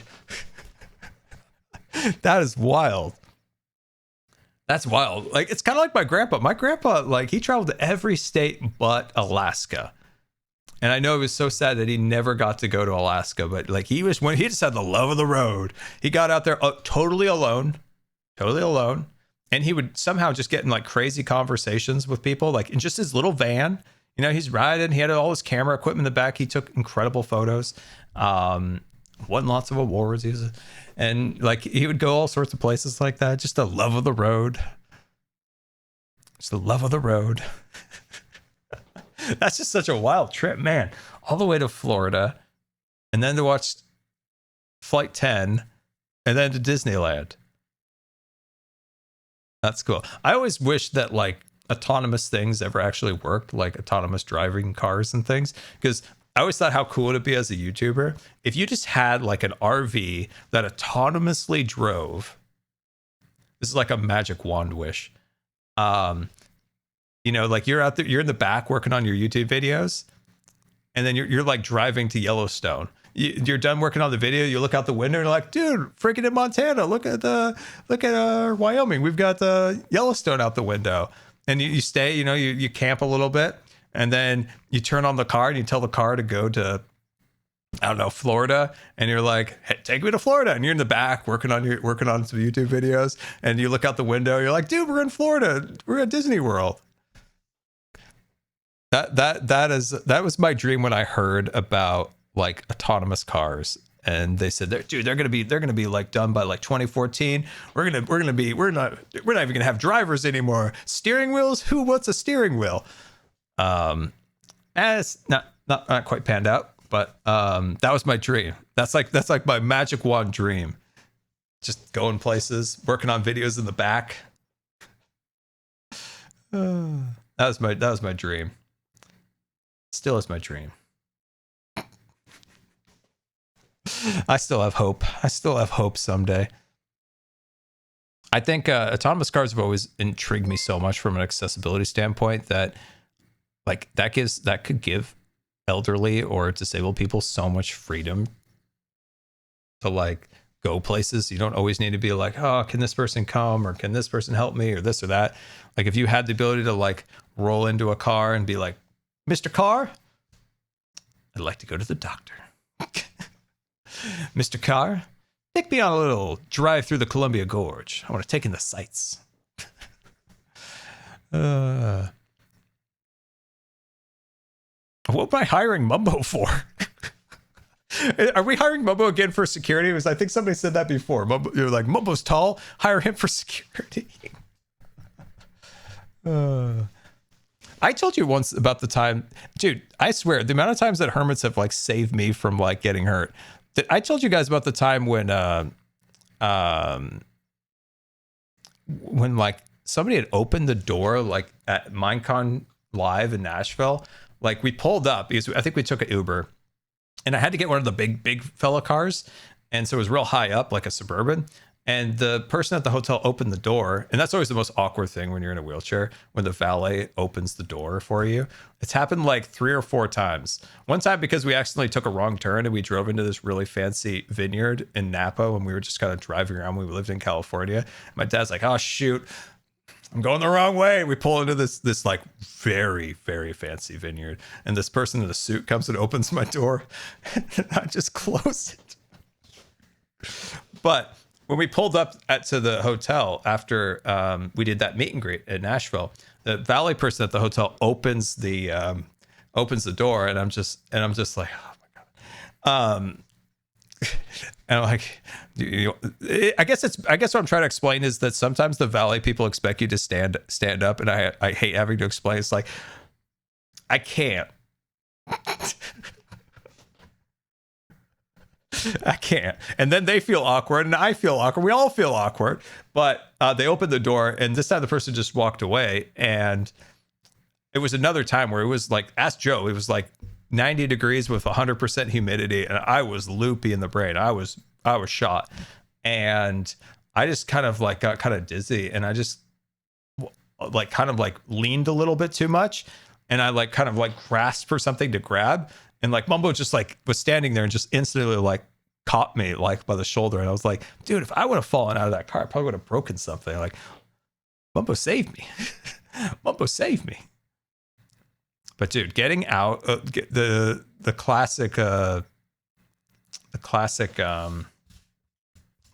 valet asking you to get out, and you just, it hasn't happened very many times, but it's awkward every time.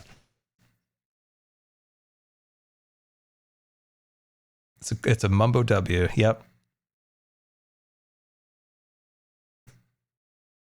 We love Mumbo. Oh, love Mumbo. Mumbo's the best. Mumbo's the best. It was fun. It was so fun hanging out with Mumbo in Nashville in 2019. Because there was the one day we didn't really have too much like in store. I think it was Titoghost tipped $10. Hearing you talk about travel and disability and such is so relatable. Last flight nearly broke my crutches. Just got a new wheelchair though. Exciting. Can just asking, like, when you bring your crutches on, can you ask the flight attendant to put your crutches in the coat closet? I know some people who do that it helps avoid like especially putting them in the overhead where somebody takes a big suitcase and smashes up against them. Like if it's possible, like try asking if you could put it in the coat closet. But yeah, putting them in the overhead bin, I could imagine being a huge problem. But ask about the coat closet. I know that, especially, I know Delta planes still have their coat closets. I know one Southwest plane did have them because I was looking at the size in there and thinking like, dude, if you had a folding wheelchair that could kind of fit in there. But yeah, ask about the coat closet and to avoid having to put it in the overhead bins, because people get a little like dingy about like shoving their stuff into the overheads. Man, people get so angry because I usually bring on a lot of stuff. So I'll have like my dad's suitcase, my suitcase, or if my mom's traveling, it'll be hers. And then it'll be like my smart drive, my cushion, these thingies, and a few other things that go up there. And like, I had like 3 people just look up, they're like, you're taking up all the room. I'm like, yeah, just trying to get by, my friend. Flying tips with Scar. Yeah, you could ask. They may not fit. They may not have a coat closet. Some airlines do, sometimes don't. But it would be a heck of a lot better than trying to put it in an overhead bin. Plus, you trying to have to reach up there, and most 90% of flight attendants won't help you with like bags because 1, they don't want to get hurt, and 2, their workers' comp does not cover lifting bags.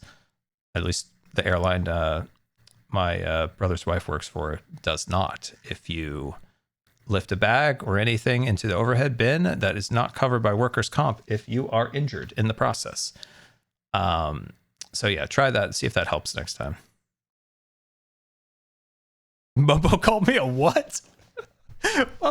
Mumbo didn't call me his comfort streamer. What are you talking about? Oh, that's funny. You mean my brother's ex-girlfriend? Wait, he did? What does that even mean? There's no way Mumbo's ever watched me live, ever. That man is in some timberline somewhere right now. He's probably like chasing a bear. I bet he's chasing a bear right now and photographing it and creating like a beautiful piece of art at the same time, saving the town. The bear was attacking a small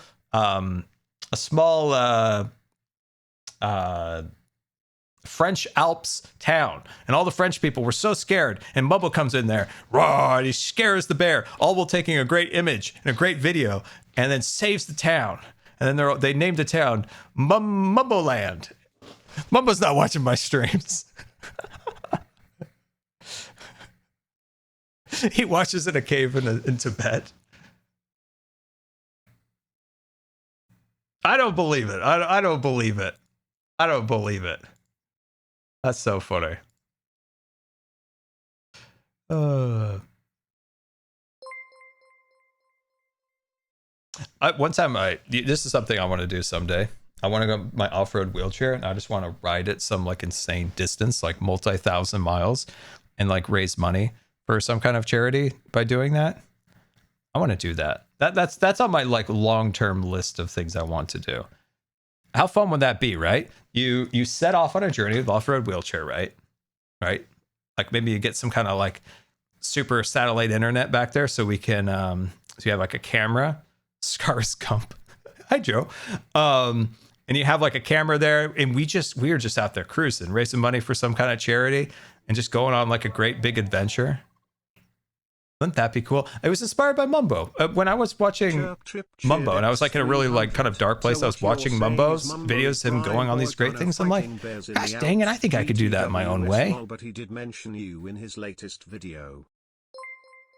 He generally said you were his comfort streamer. Dude, he must have been, I don't know what. He was just having a laugh. But yeah, I was watching Mumbo on those trips, and I'm like, man, how fun would it be just to get on the off-road wheelchair and like go off and like, I don't know, do it for some kind of a good? That'd be really fun. But that was inspired by Mumbo. It was text on screen and everything. I need a screenshot.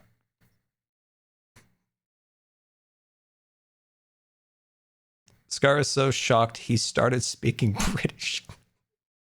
I have picked up a few British words over time.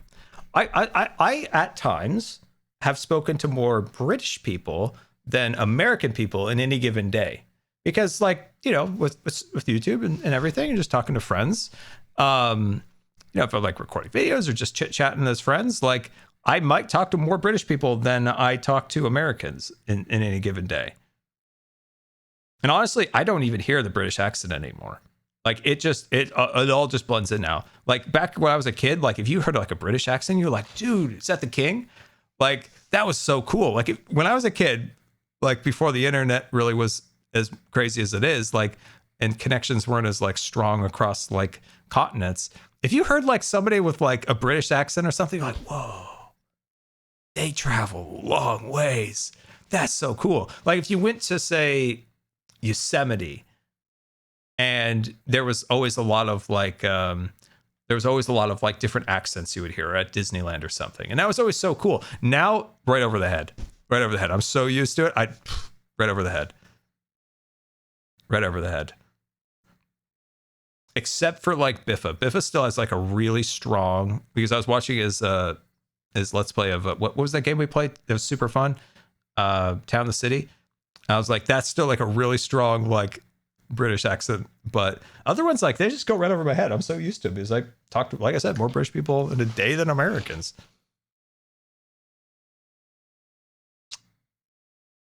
But yeah, it's always funny thinking back, like when I was a kid, like if you did hear like an accent, like a British accent, it was like, whoa, cool. They came from like England. Canadian accents? Oh, dude, I live in the Northwest. Everybody's got a Canadian accent. Dude, my coach was Canadian. It's like Canadians are everywhere. I went up there and won all their gold medals and they kicked me out. That's the whole thing.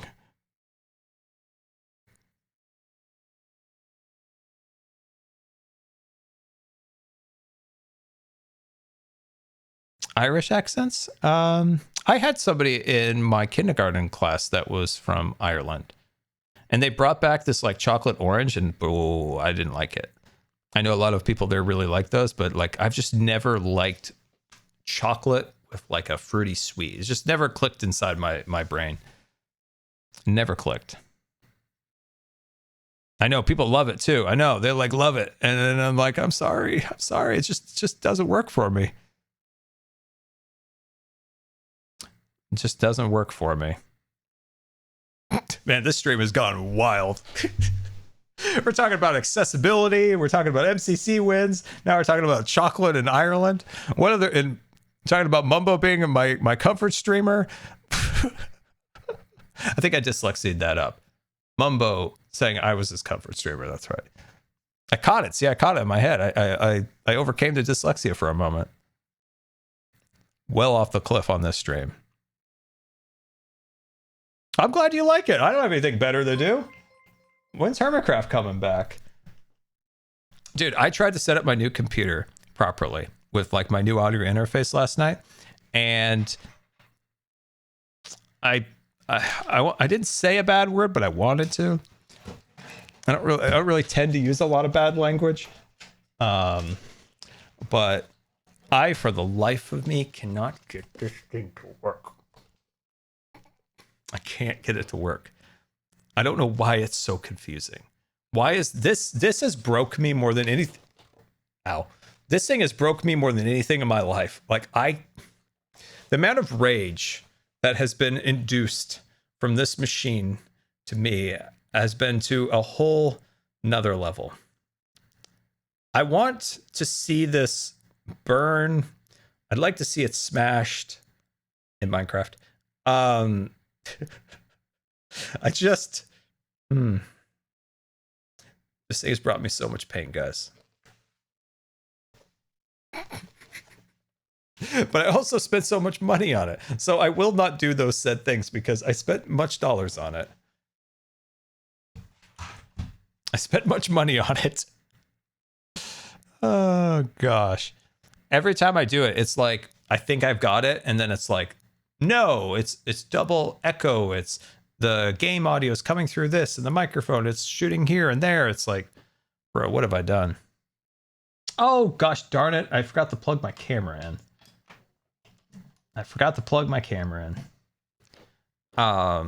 So yeah, it's, yeah, sorry, that'll come back on in a second. So super frustrating. But anyway, I did want to talk to, before we go, so we did a fun trip report on everything that happened at TwitchCon. We went over everything that the that I talked to about accessibility. And if there's anything that I missed that I didn't speak about today, send me a message and I'll relay it back to them. I'm going to help them with the stage redesign, accessibility roundtable before when they start planning the next years. Let's see. Okay. And then for season 11. Yeah, I'm a voice in the void. Season 11, I am trying to think of the aesthetic for my base in terms of the climate. And I've kind of gone back and forth of kind of like a dusty Badlands, Bryce Canyon-ish design. The Cliffs of Dover have always intrigued me. It's like a place I've always wanted to see was those white cliffs and that green mossy grass. And then the Zepho planet from the Star Wars game Fallen Order was what I always thought that they should name, or I always thought that's what they should have designed Batuu after at Galaxy's Edge at Disneyland. So I'm just trying to pick what would be a good like aesthetic. I'm kind of intrigued by the moss and snow. I feel like the moss and snow is something I'd like to like play around with a little bit. I feel like snow is so rarely used in Minecraft builds that maybe we might lean towards that direction. But then on the other hand, like people are like, oh, but Star Wars is so like dusty, whatever. And it's like, yeah, but we're also trying to create our own thing, our own design, our own unique characters and stuff like that. I want to create my own little fantasy in the sky that doesn't have to be Tatooine. You know, we're not creating Darth Vader. We're creating our own characters, our own kind of like fantasy in the sky. So I'm wondering, based on the feedback that I've gotten from you guys, that there's those cliffs of Dover that are so cool. And then there's kind of like the mossy snow, and maybe we could combine those together. There might be a way of like combining those two designs together. But I've really struggled since getting back from TwitchCon, just like recovering and then dealing with like kind of the accessibility stuff was a lot. And then trying to fix these like tech issues. We're getting like close to the start of the season and I'm like nowhere like planned as much as I was hoping to be. So kind of like scrambling a little bit now to piece some stuff together for the start of the season. Luckily I made it out of TwitchCon without getting sick. So I'm happy about that. Very happy about that. Had people not heard about Hoth. I mean, if you had a scale of like snowy Star Wars planets to desert planets, I think it's like 50-1. It's like 50-1. Yeah, I'm pretty happy I made it out of TwitchCon without getting sick. I am quite happy about that. I do kind of go a little crazy, I'll be honest. Like, you know, people come into my room and they think it smells like a hospital, but you know, I'm doing my best. Man, the poor person who cleaned the rooms must go in there and be like, what is going on in here? This is a distillery in here? Hey, it does work. I haven't had a cold. I haven't had like a virus of any kind since 2019. I've never had COVID. I haven't had the flu since I was 10. I got a lot else wrong, but that's the one thing I've avoided. Like I've avoided all of that. If you were around me for long enough, like you probably noticed, like I wash my hands a lot. I wash my hands a lot.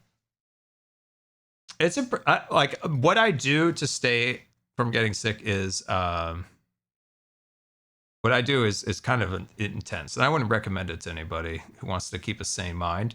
But if you are at an event, I recommend a few small things that you could do that's not going to like make you go insane, and that's make sure you are up on your vitamin D. So make sure you have that. Second is to make sure you have just a bottle of hand sanitizer.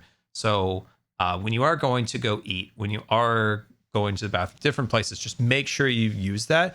And the biggest thing is like, you're never going to really escape, aerosol particles, but you can avoid the things you touch and like put in your mouth. So if you're touching lots of stuff and you scratch your eye, hand in your mouth or something like that, that is such a thing that you can prevent very easily by not like taking the germs from your hands and bringing it into the vectors of least defense in your body is your eyes and your mouth and stuff like that. There's like little tiny things you can do. Just wash your hands. Don't touch your mouth. Don't touch your face. Don't touch your eyes.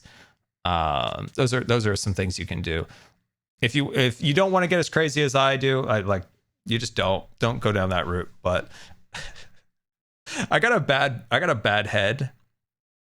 I got a bad head because I often see like path of like grossness. So I'm like, these wheels from my wheelchair rolled through an airport that somebody just walked out of the bathroom, and now like I'm touching that wheel, or these suitcases just, went through through a conveyor belt that thousands of bags just went through. Then it was on the floor of the airplane. Then it was on the floor of this car.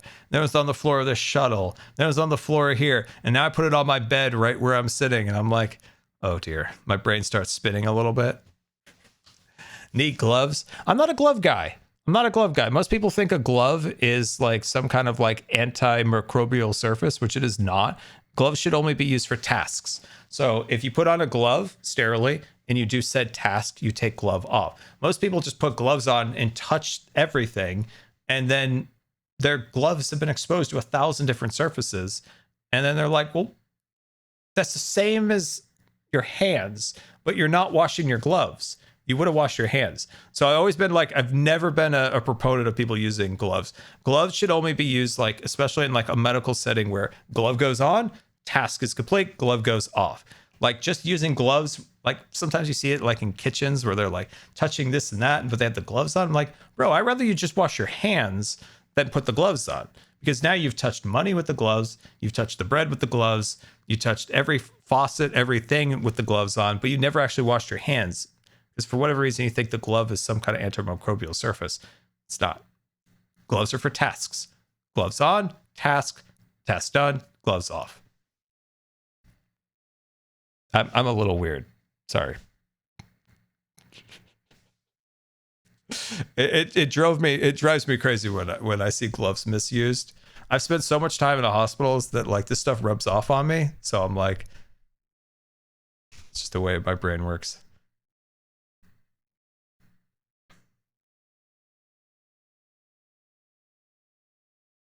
Yeah, when I see people misuse gloves, I'm just like, it's not how that works. It's not how that works. It's not how that works.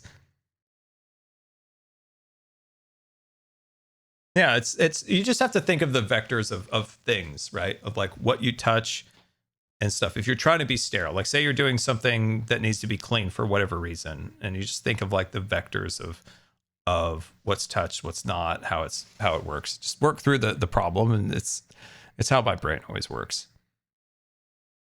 It's like I said, I don't want people to be as crazy as I am. Like just wash your hands. If you're worried about getting sick in an event, wash your hands often. Don't touch your face. Don't touch your eyes.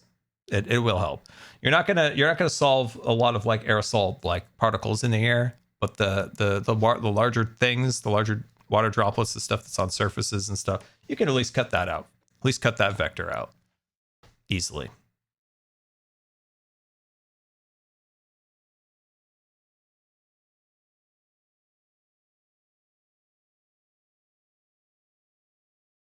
Yeah, you work with kids, wash your hands. Yeah, that's where you're just coming into like aerosol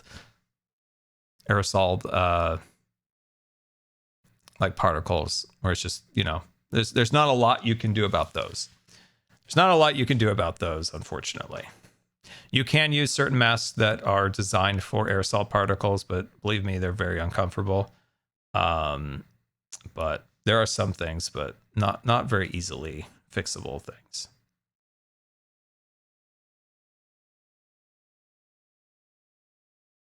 That's a good point. Drying your hands is important. My mom always reminds my dad of that. If you're going to wash your hands, you actually need to make sure they are dried. That's true.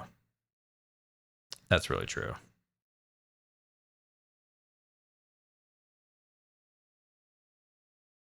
The kids cough with their mouths wide open. Here's another one. I'm sorry, I'm grossing you guys out, but this is how my brain works. When people like cough into their hand, and then they're like, hey, nice to meet you. And you're like, hey, you should, if you're going to cover your mouth when you cough, you should go like this. You should go like that. not into the hand, because then you're just transferring onto your hand. Think of the vectors, and then like shaking whatever. It's like this. That's or just turn or whatever like that. But yeah, not like this. That ooh, not good. Not good. I got a little crazy, I'll be honest. I got a little crazy after I got sick in 2018 during the Civil War in Hermitcraft. Went to Disneyland and got a very severe, so 2018 got a severe coronavirus, and it was bad. I was in the hospital for 8 days, and not COVID, but it was a coronavirus to the family of the corona.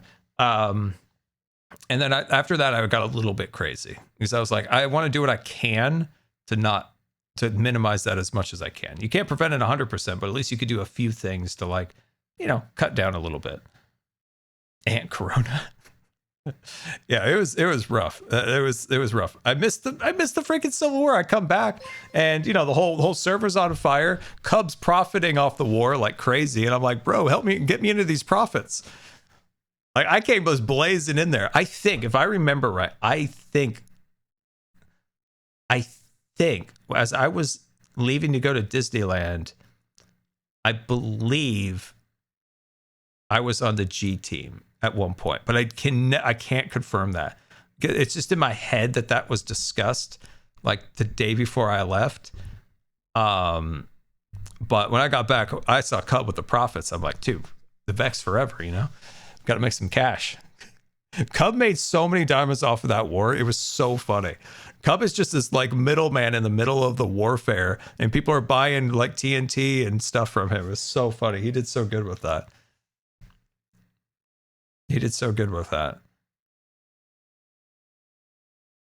It's insane that season 7 was in 2020. Yeah, I mean, that war was in 2018.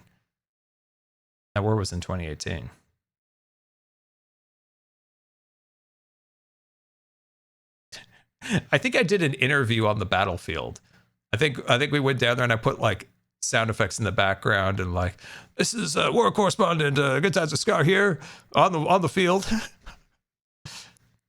After we got targeted because Doc turned his like gas cannon on us and took out our little observation booth, Cub and we closed down our shops, took all the stock out of the shops and took it to his golf course. And we took all the stock from the shops and put them, you know, onto like the tennis court. And so the tennis court was just full of like everything we had in any of the shops. And then Cub and I just chilled in retirement at the golf course. It was one of the biggest view drops I have ever had on YouTube, but I don't regret it because it was funny. It was so funny. I don't know what it was, but the view drop when we went to retirement, I think people thought we were done. I think people genuinely thought that Cub and I were retired and not making videos anymore. I saw like a 70% reduction in views for like a few weeks. When we came back, the views righted the ship. The views were back. I genuinely think that people thought we were done. Because we still made videos out there. Like, we did some fun stuff. Like, Cub and I did some fun, silly stuff out there. But, like, dude, that was the biggest view drop I've ever seen. It was so funny.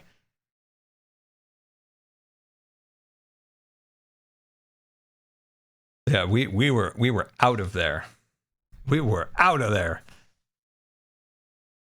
The golf course needs to return. Dude, it's like Minecon. I beg of it every time.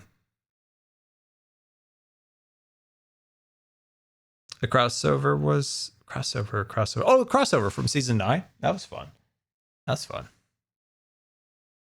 But yeah, no, that was such a wild, because I finally returned on Hermitcraft.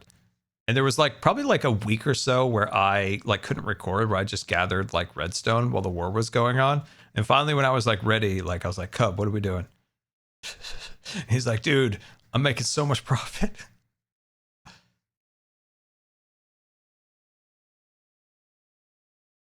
Did Cub say that publicly?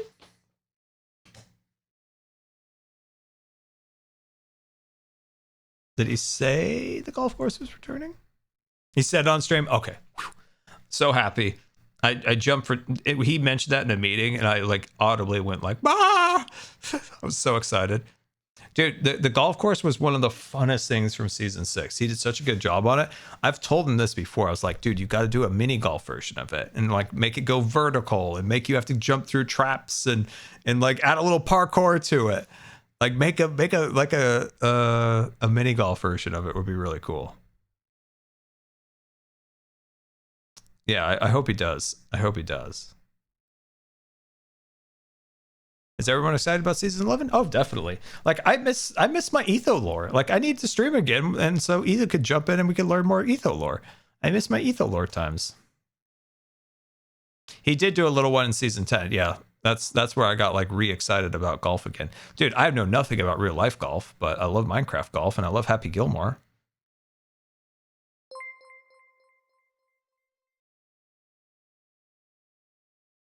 Yeah, Tango did confirm Decked Out 3. Dude, he shared something with me yesterday. It was really cool. It's really cool. He's gonna knock it out of the park.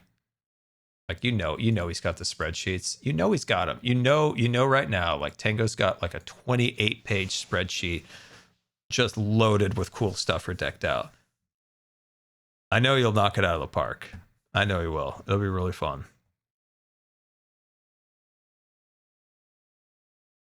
You've been watching Ethos Decked Out runs. It's 40 pages now. Is that what his Decked Out spreadsheets is? It's 40 pages. I'm not surprised, dude. When you went down to the underbelly of Decked Out, the complexity of the redstone was just mind-boggling. Like it's just crazy. Like I just don't have that brain. That's not my brain. I'm not sure there's any brain up there, but if there's even a little bit, it's definitely not that. I miss my weekly 5 hermits in a random circle. Okay, I'm going to spoil something for my own base. I'm going to do it here. I'm going to build a cantina. I mean, you got to build a cantina. Like, I'm going to build a cantina in my base. That's going to be the cool hangout spot. And I want to make some like custom music, you know, like some kind of cool like kind of cool music in there. And there's going to be and we're going to allow droids. Droids are allowed in. It's a very welcoming place. So it's going to be like cool droids and like lots of little sound effects and like steam and all sorts of cool stuff. So yeah, I'm going to make a cantina for that. It's going to be hopefully a highlight of my base. I'm going to spoil everything. I'm going to put a fish tank. This is all in my brain. I've not done a single thing in real blocks, but I want to do a fish tank in the center as like bars sometimes have like a backdrop or something. I don't even think I've ever actually been into a bar, but I've seen a lot of movies. And I'm gonna have a fish tank with a nautilus swimming through it, because the nautilus like feels a little bit alien-like, right? So I think it'd look cool in there. It's gonna be cool.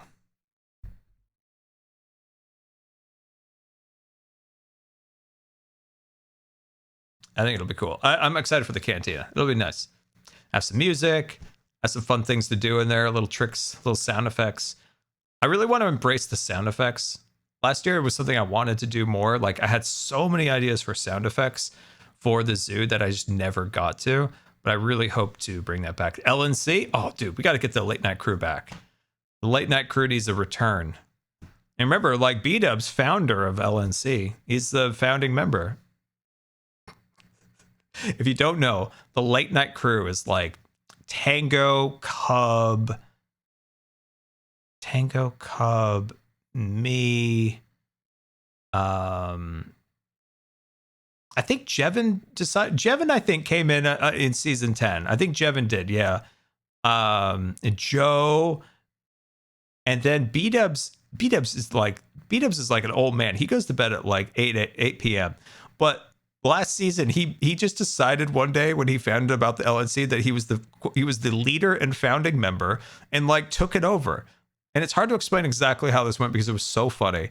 But he's just like, I am the founder and I am the leader of the LNC. And he just like took it over and he like gaslit us all to believe that he's been in the LNC since its inception in season 7 with Tango, Etho, and me. That's the original crew. Etho, Tango, me, and Cub. That was the original founding members of the LNC in season 7. Imp and Skiz, they go to bed early. I don't think I have ever seen Skiz or Impulse on at that hour. I think they might have lives.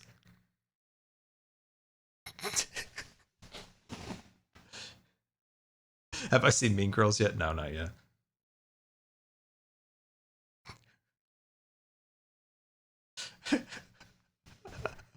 What's a life, dude? I have no idea, but I'm going to wager that they have a life. I'm going to wager that they have a life. I'm going to throw that out there.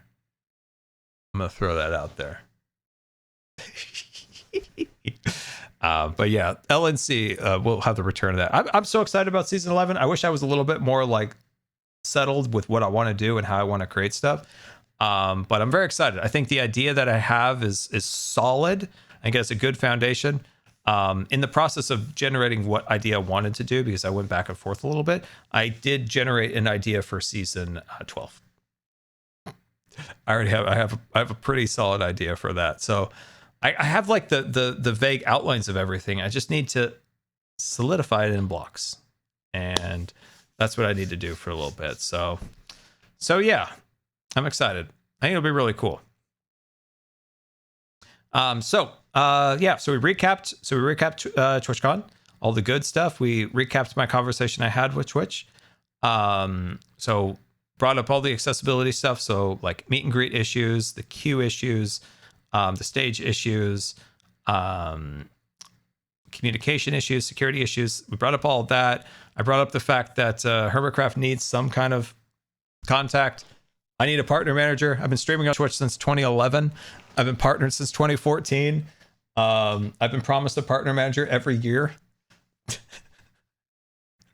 So I advocated for that because, like I said before, for on Twitch's side, like when we do organize like the Hermitcraft panel, the Hermitcraft meet and greets, these things, like it'd be nice to have like a contact within to help facilitate these, especially to avoid like the kids table at the meet and greet. Stuff like that I think would be helped with this, especially for like the charity events and stuff. Like those are pretty big and we could use assistance once in a while for little things. So I advocated for that with them. Hopefully that comes to fruition. Like I said before, I believe that they did listen to what I had to say. I did not get the vibe that it was just like I don't know, rant a little bit and we'll forget about you. I really think that they listened to what I had to say because I know that they had already taken steps in a few areas to address stuff, and the things that I brought up, they took notes on and were already going to contact vendors that had caused issues. So I do believe that they listened and are genuinely going to fix some stuff for us to make it more accessible. So I think so. So I'm happy about that. And yeah, I did my best to advocate. So if there's anything else that I may have forgotten or that you may have forgotten, you can always send me a message and I can send that to them. Anything else. So yeah, that'll be good. All right, guys. It's been a long stream, but it's been a good stream. I love just chilling and hanging out with you guys. So yeah, it was a good stream. Very different stream. We've never just stood here and talked. Well, sat here. I don't stand. But anyway, I hope you guys enjoyed, and let's see who we can raid out in the wonderful worlds of Twitch. Out in the wonderful worlds of Twitch, we shall raid a friendly friend.